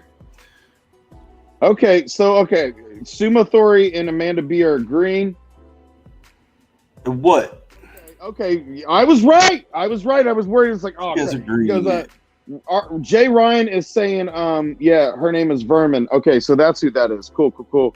But yeah, Sumo Thori goes, I don't know if I'd go as far as star, D-Wag. Let's not get ahead of ourselves. And Amanda B goes, Jay Ryan is okay. B and H is better, and they have a Twitter. B and H. Not sure. Not Butt sure. and hole. Yeah, I'm going dirty too there. My head's in the gutter. But yeah, just yeah, joking. yeah. If one of the mods, if you can like right click on his like avatar and just share his YouTube channel, or I'll do it. I'll do it here. Okay. Oh, we gotta. Let me see here. Oh, by the way, guys, you all got Apex got rent. Talks with that ranch. Talks with that ranch. Good. Oh, Danny's being a hater. Look at him. Said that art is garbage. What a liar. Danny is a liar. Danny's a toothpick. Hey, Danny, guess what? I carved your cousin into one of my perks. Woo! So, Yeah. and I stuffed a bunch of lighting in her too. So, yeah, guys, if y'all want to buy Danny's cousin turned into a nightlight, it's on Beckon Recourse IGG page. Go get you some. Oh, wow. If Amanda's Danny. using. Okay, Amanda. Wow. Big props to you. Bullet Ninja Hagelman. That's Jay Ryan is Bullet Ninja Hagelman, by the way. So, boom. All right. I love the Bullet Ninja Hagelman. You know, like this, and this is his YouTube channel, guys. I posted that, dropped that in there. So if you guys are not subscribed to that, make sure you would. Oh, okay, Bale. Chris got it for me too. But yeah, man. Wow, dude, those are impressive, man. You know, they're okay-ish, I guess. According to Sumo. But yeah, big shout out. Ray is over here subbing. Ray is the man. Wow. Thank you, guys. Yeah. Appreciate you. Ray, Ray, so I have bought the domain for timecrawler.net. And whatever. So that is mine. Got that bad boy locked down. I might have to talk to you or whatever. I don't know how hard, like I would love to not have to do. I don't know how hard it is to actually set up a web page. I mean, I was in, little old D-Wag. He was at IU for pharmacy, and then at Purdue for engineering. Pharmacist, so I've done a little you're a coding. pharmacist. This makes more sense. Wow. Street pharmacist, but yeah. Wow, Sumo's saying Bullet Ninja Hagelman. Yeah, Bullet Ninja Hagelman is Bullet Ninja Hagelman is a star. Amanda B says exactly, Sumo. Wow. Jay Ryan says thanks for the support. But yeah, man, awesome art there, Jay. Cool. Oh, Bullet Ninja Hagelman did show up, by the way. He's super awesome, super cool guy. Yes. So big shout out. Thank you all again for showing up and seeing us sketching, doing some doodles, and like get y'all stuff out there, man. Toss some D-Wag more pictures. We show them up. Yeah. If anybody's got anything you want to show off, send it to me and let me know. Me and Skirt over here, show us some stuff. Win skirt. But yeah, big shout out to Sumo, dude. Sumo. So December 10th, starting on Joe Song Tags, the auction. Mm-hmm. Let me tell you something, dude. You got a Brett Booth original, bro. Spawn piece that's sick. You got Kenneth. So Amanda B, I believe this was gracious of her, is she's starting the auction starting off on Joe Sontags. To my knowledge, this isn't set in stone. I think it's starting off with a Kenneth Rocafort original. Yeah. Now that's a sketch card that Amanda B so graciously donating on her, so you guys are gonna want to be there, to make sure you got a chance to get that. But I believe Sumo. So, that's going to go down at 7 p.m. my time. Whatever, Eastern. And it's 2:20 p.m. my time, right now. So that'll be at 7 o'clock. So 5 hours from now, that's when it starts. Sumo. So whatever time it is there on the island, Oh, when it'll go down. Is he out in the island in the middle of the sea? Yes. Oh, sweet. My buddy just moved out there. Heck yeah. Yeah. I'm a little jelly sauce, man. That's a pretty place. Cool. Yeah, Aardvark's popping back up right on for, staying in here. But yeah, Aardvark, we are supposedly going until this is donezo, but I don't know if Zade's Colonel's trying to get it done before Art Bros, but I don't know how that's What going. time or is what it? his plan. What time is it right now? 2:25. 2:25. What did Joe say? Art Bros usually at like 7. What did he say? Said 6. Oh, he's a punk ass. Wouldn't he do that? Wouldn't he do that? Mm-hmm. This is what Danger Vanessa was saying. These are the sticks in the mud that's going to get me to quit Art Bros. I'm just joking. Love you, Joe. Yeah. Shots fired. Pow. No, but cool. All right, yeah, 6 o'clock, guys. We're gonna try to get finished. If it doesn't, then we're gonna do this again until it's finished. Yeah. Probably tomorrow morning. I gotta get it done sometime fast anyway, just because I'm a little nervous doing this for the first time on stream. I don't know what you guys are thinking, and there's anatomy I gotta check. So there's a lot, and then again, you really want to be on the stream. Why go in and find the little dark areas and then get those plucked out? I don't know. We're here. We're having fun, right?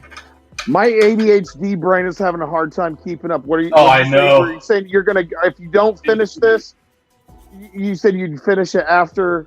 I'll do another stream sometime after where we can pick back up. I'm with you, man. My ADD brain's going, what am I doing? Dude, I think by the time it comes around, this will be pretty much where people got the idea of this piece. This is much more auction of a piece than the other ones that you like, the head sketches that you gave out for free. Oh, and yeah. And Colonel, What's up?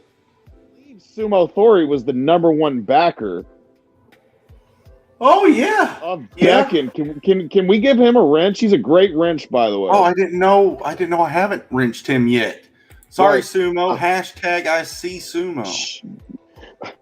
Aardvark. There you go. There you go, Sumo. So,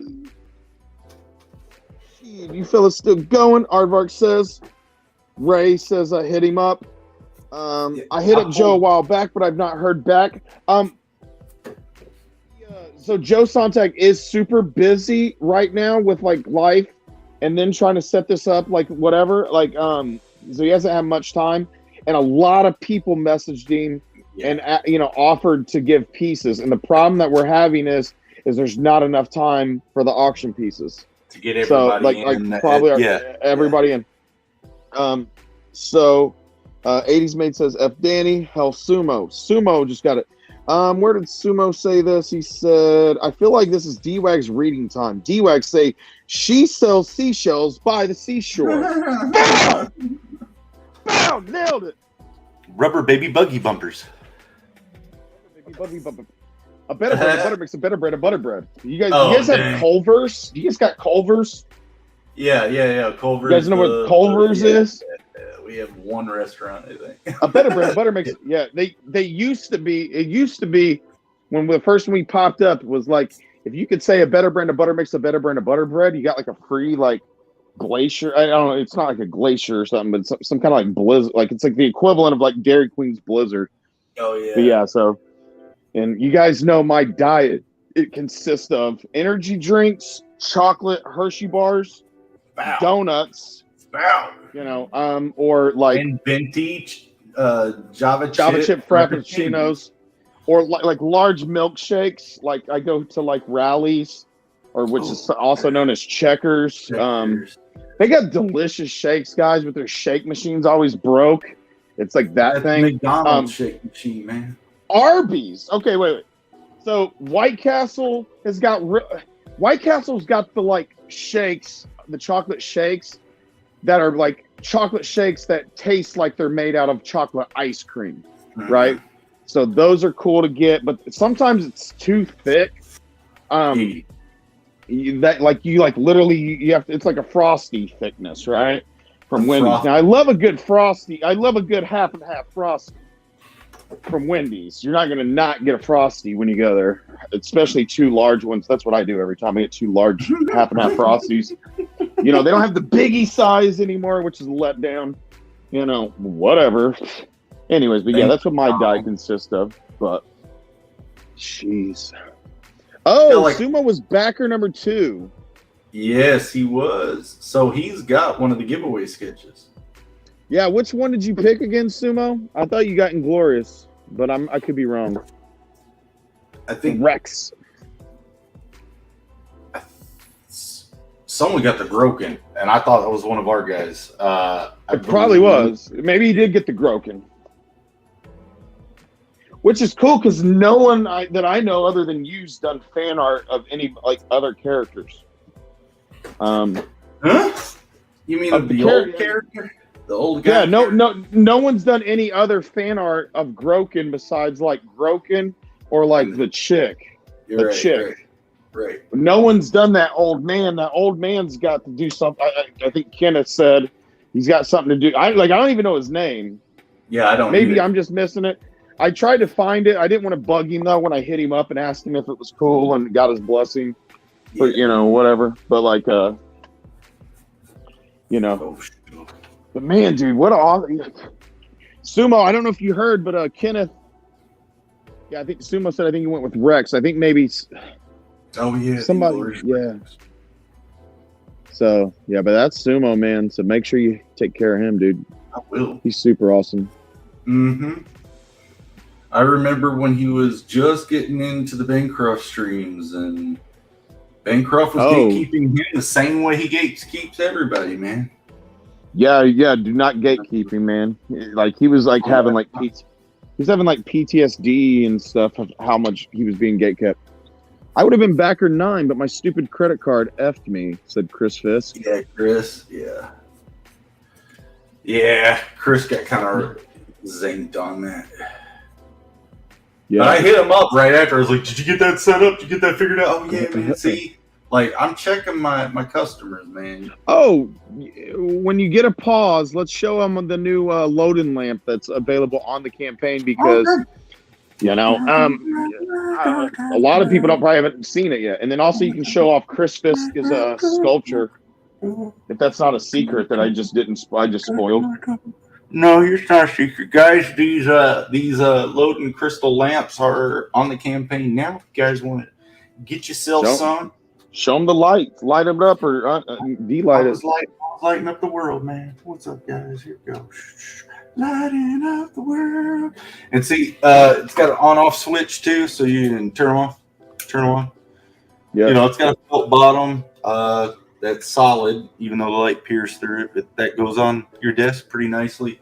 But yeah, you can take the load-ins out and, you know, take them with you or whatever, and you can stick them right back in any assortment or any arrangement that you want to, and then AA batteries, turn the thing on. Yeah, they're awesome. They're on campaign. Go get them. And then Chris Fisk for congratulating me on a completed campaign, or at least funded. He 3D printed my character Taj from the video game, which it is connected to BECKONED. All in general, I wish this damn camera would focus. I don't know what's going on, guys. My camera not focusing anymore. But yeah, he did a crazy job. And look at the base of this thing. He got the logo in there and everything. It's awesome. Super sick. Can't wait to paint this. I got pictures. I got pictures sent to me of it when he got that in. Man, it's a really sick sculpt. So right on, Chris. Super psyched on that. So yeah, I've been getting the ebony pencil out and darkening some of these areas. If you're not seeing that, and that kind of acts like my liner. You know, is to go in there and just start darkening up these occlusion areas and getting that ink, you know, kind of style smashed into the pencil. Cool. Yeah, it's looking good, man. Yeah, boost your contrast. Yeah, I really agree with Hojo too. I'm getting like you know, because you normally have more of like almost a realism approach, but this has got more of like a Joe Mad meets Del Keown vibe, in my opinion. Cool. Like it's you know. But what I'm saying is, it's like that's Zade's style. Like, you know, it's not like you're copying that or nothing. But yeah, anyway. Oh, I'm totally copying those guys. What are you talking about? Why not copy them? Huh? They're doing the work for it. He's tracing. Yeah, you guys can't tell, but there's a projector behind me that's put this whole image down. This is actually some of the artists that drew this. Go find them. Yeah. Let me see it. Okay. I need it right now. You know when I need you. Let me see what they're saying in the chat. Okay, that page is doper than dope. Sumo was backer number 2. D-Wrench Sumo. I think I did go with the Rex. Chris Fist says I would have been backer. Okay, cool. Let your loadings glow. Yeah. Oh yeah, the coins are in. Nice guess is meant to be. That's the other thing. The coins that were the secret perk for all you guys that signed up for the campaign. The coins are in, baby, and I'm sorry the camera's not focusing, but they're awesome. I have is mine the original one, the old one? The old one? You've got the coin. The game coin. Of course you get. Cool. You got the game coin. We got those coins out for the secret perk. So if you guys did sign up and maybe just haven't backed yet, check your emails for that Indiegogo secret perk so you can get a hold of that coin. Mm-hmm. Yeah. Okay. Amanda B answered it. Cool. And he was asking Amanda B. He said, Sumo says, are there going to be a preview or a list or something for the auction? Like what's going up on streams? So Sumo, like, this isn't finalized or anything like that, but like we got Bancroft in the middle of Joe, you know, at 7 he's going to go 7 till like Bancroft's at 9, right? And Bancroft said he can go for like an hour or an hour and a half, like kind of at the most. And then it's going to get whatever's left is going to get sent over to like Crackheads. Okay. Sean and Kenneth were like gracious enough to like offer like to do something for the auctions or something like that. I don't know if Sean is going to have time. Kenneth's really fast, so I don't know what they're doing. Like we don't know what people are doing yet. But Sean and Kenneth, I think, are gonna be on Crackheads. We're gonna have Rainy, Billy Tucci, Frega, and maybe somebody else, like another. We want to kind of keep like Bancroft's, like we want to have like some people that are like some. We want to keep it equivalent, or you know. Some pieces are sketches. Some pieces are just like a figure. Some pieces are like original pages. Like some are covers, things like that. I don't know if maybe I'm not supposed to. Hell, Mo Biggs, he's actually in the chat. Yeah, we have set up what's going on, what show. I think that we'll start sharing. Yeah. Rainy. Yeah, rainy. It's raining. It's pouring. The boughs are pouring. All right, so what are you guys thinking? I probably got a good few, like another 3.5 hours, and this is done. But I'm not ready to stream for 7 hours. How are you guys feeling? That's up to you. What are you saying? You need a break? You want to continue this at a later date? Yeah, I'm thinking we might do a part 2. Okay, that's what I'm thinking. We might do a part 2 because this. I got a lot I got a lot figured out on this. I'm photographing it now. I'll put it up on the screen so you guys can see where I'm at. I'll do a couple so you guys can see the detail, and then sorry. Yeah. Look at that. Look at that poster. Go back, Beckoned, guys. Bow. See, I got 4 product more hours all over the house. Say that again, D-Wig. Sorry. I'm not ready to stream for. Mo Big says I'm not ready to stream for 7 hours. Maybe you would be if you smoked some crack for a change. Woo! That's true. Slack. Oh, that's true. He's right. Slack. Wow, Mo Biggs. Colonel Mo Slack. Biggs Wow. finally gets in here, and Zade's talking about ending the stream. Wow. Wow. You know what? That's okay. You know what? That's fine. I get it. No, that's awesome. Hey, Mo Biggs, how you doing? So Mo, maybe, you know, like Mo, like, you know, we gave him all that shit for how long he spent on the originals, and like, dude, so we started this less than 3 hours ago. No, it look says what- it's 3 hours and 40 minutes. My math's wrong. Yeah. Yeah, 3 hours 40 minutes. But yeah, so you know, and we spent a lot of this time talking and setting up and shit, whatever. But yeah, so look how much faster Colonel is, and you know, with these with this graphite. So Yeah. but yeah, Mo, this is a 20-year-old piece of paper and 20-year-old or 30-year-old pencils. Yeah. That are going into this. So, you know, it's going to have that like originals 90s feel to it too.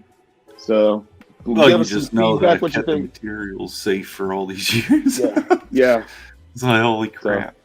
I'm trying to get the email from myself, y'all, so I could show you the photograph of it. Yeah. Where'd it go? There it is, right here. But yeah, if you're needing to take a stream break and you want to do a part 2, Colonel, That'd be a down. part 2 probably tomorrow or the next day. Okay. Or hell, we don't even know what I'll feel later tonight. I might just get squirrely. That's cool with me. I thank you guys all for being here, and you know, guys that showed up and stuff like that too. You know, one thing I can tell you guys, you know, going on my way is that we have decided that me and Steve's going to be focusing on. Oh wow, cool. So yeah, it's looking good, man. So Mo, the idea is that like he's holding you up above your head, and he's got like, you know, his other arm's going to be coming, like, you know, basically like coming for the gut is what I think, or something like that. Is that right? The other hand in there. Yeah. We'll be getting that other hand back in here, like getting ready to slice your gut open. Yeah. But yeah. So we're there. Yeah. But yeah, guys, that's what's going on. So what's up? going on? What's up, D? With the chat. Chilling, man. But yeah, Steve is going to be working on short videos on his channel. So if you guys aren't subscribed to Steve Worcester, make sure you do. But right now he's working on the 2nd annual Crack Pack Holiday Special, featuring Colonel Zade. We got, you know, Aardvark and Aquila in there. We got Company Men. We got some, you know, Embrace #2. Basically that. We got a bunch, dude. And so like Mo, the Crack Pack special like that Steve's working on is so much better than the one like he even did like last year that a lot of people get. Fowler's in, you know, dude. We're kind of under this idea of like, you know, here's where Steve's head's really at. He's like, man, let's not like put out videos that aren't ready, you know, or whatever, like, or, you know, being rushed. He's like, we'll put them out when they're done, you know, when they're top notch. Steve's learning a lot. He's got a lot of cool stuff in this, man. Crazy Mad threw some like cool, you know, lines in there for us. You got Arrogant Ape in there. It's just awesomeness. You know what I'm saying? You got your appearances in there, and stuff like that. So big shout out to you guys. Oh, we got NTM Comics. He's in the chat. Good to see you, Noah. Come hang out on Saturday. I'll drink and stream all night. Let me see here. Okay, Fowler says 4 more hours. Hell Finatra for that. Colonel Slack, Sumathori calls you a quitter. NTM says hello. Is Jeremy talking about quitting? Slacker. It's not quitting. Yeah, NTM. Colonel Slack. Yeah, he's quitter. You got to breathe in between reps, man. Yeah. That's true. Sure. Yeah. That makes sense. Knowing Colonel, he's probably been drawing this for 20 years, says Mo Biggs. Rewind. Blurry. Be kind. Rewind, Mo. Yeah. Be kind. Rewind. NTM says the blurry camera is doing a good job at hiding all the mistakes. 80s made. Yeah. What a savage. Alpha Giga Chad, NTM. Come hang out on Saturday. I'll drink and stream all night. That says Matey's mate, and he will do that. He's got a track record. Ray says, thanks for stream. Thank you for being here, bro. And yeah, definitely, man. We love having you around, dude. You've been an awesome addition to the chat. Been loving seeing you. And I mean, you can offer a lot of good for a lot of creators here. So Mo says it looks great when it's not so blurry. Chris says, yes, seen it without the potato cam, and it's looking awesome. Mana B says, wow. Sumo Thori says, hey. NTM, hey, Sumo. Subscribe to Steve, that Star Wars boy. Mo with the links. Dropping the links. Let's see here. Ray's talking to 80s. I'm in it. Yeah, you're in it. Of course, Mo. Of course, you're in the special. So, Alpha Giga Chad Noah. Oh, yep. Everybody's recognizing NTM's alphaness and Giga Chadness. It's my proper title. Everything else is libel. Give us the special.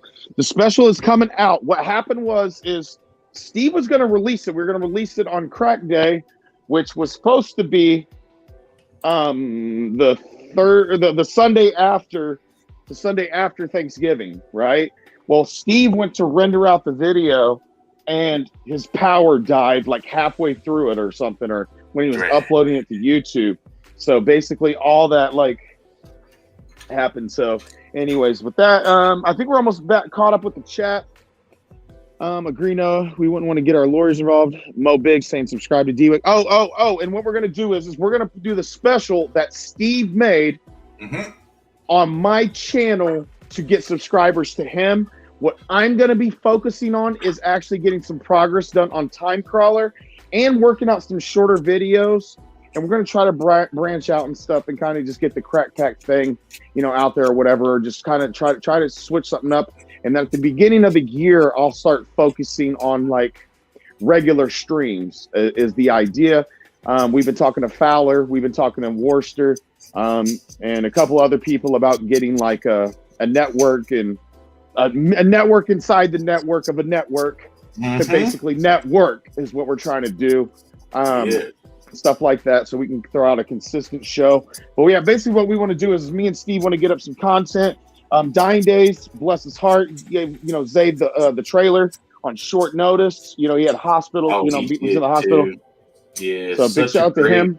Such a great dude on that. We'll be playing that trailer as we close out. So yeah. So and yeah, man, just he helped us get some rigs set up for the characters. So you got the Steve and D-Wag version of the Hogan the Bogan, right, like that. And so we're gonna be doing that of our the Crack Pack gang and stuff like that, and a bunch of other stuff, man. So yeah, we're just I've been yeah. Anyways, if you're ready to go, man, I just want to thank all you guys. Oh, Joe Sontag showed up, man. Oh, what's up, Joe? Good to see you, brother. Here's the halfway through mark, maybe. Yeah, the halfway there, Mark. I got all my shapes in there, working on basically details, and I started pulling out my ebony pencil and starting to darken some things up. But yeah, we'll do a part 2 where I finish this bad boy up. Cool, yeah. And so yeah, he's gonna basically be coming up from the going into that gut where he's holding you. He's holding you, the person looking at it is whatever. So out of head. Yeah. So awesome to see you here, Joe. Yes, thank you, sir. Guys, go check out. Super great show last night. Oh yeah, it was fun. Yeah, it was a great show. But yeah, guys, D-Wag, is that Coolio? Are you Gucci? Are you Shibby? Like, I'm good? Gucci, man. Yeah. If you guys, thank you guys again in the chat for hanging out with us and keeping us company. We'll be back for part 2, I think. So Sometime at a later soon. day. Probably Yep, tomorrow. Rob. Like I said, it probably won't be tonight unless I'm getting really squirrely. But guys, look, on the Beck and Recourse thing, you can now go get an illuminated holder for your load-ins. If you got the load-ins, there's a flick switch on them. They're AA powered, AA battery powered. So go get you some. Go get you some. Go get you some.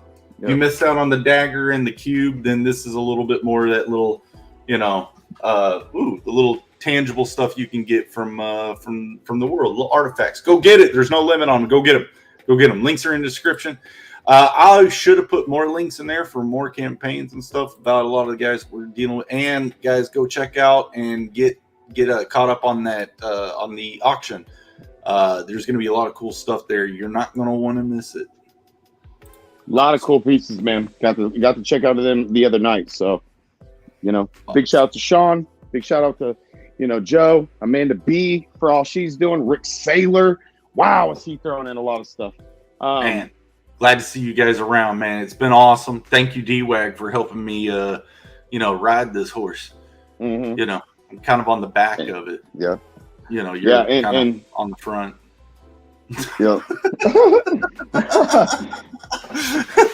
Anyway, guys, thank you all so much. We'll see you guys in the chats. D-Wag, anything less or anything more? Nah, man, just thank you guys so much for being here. Much love, guys. Bow.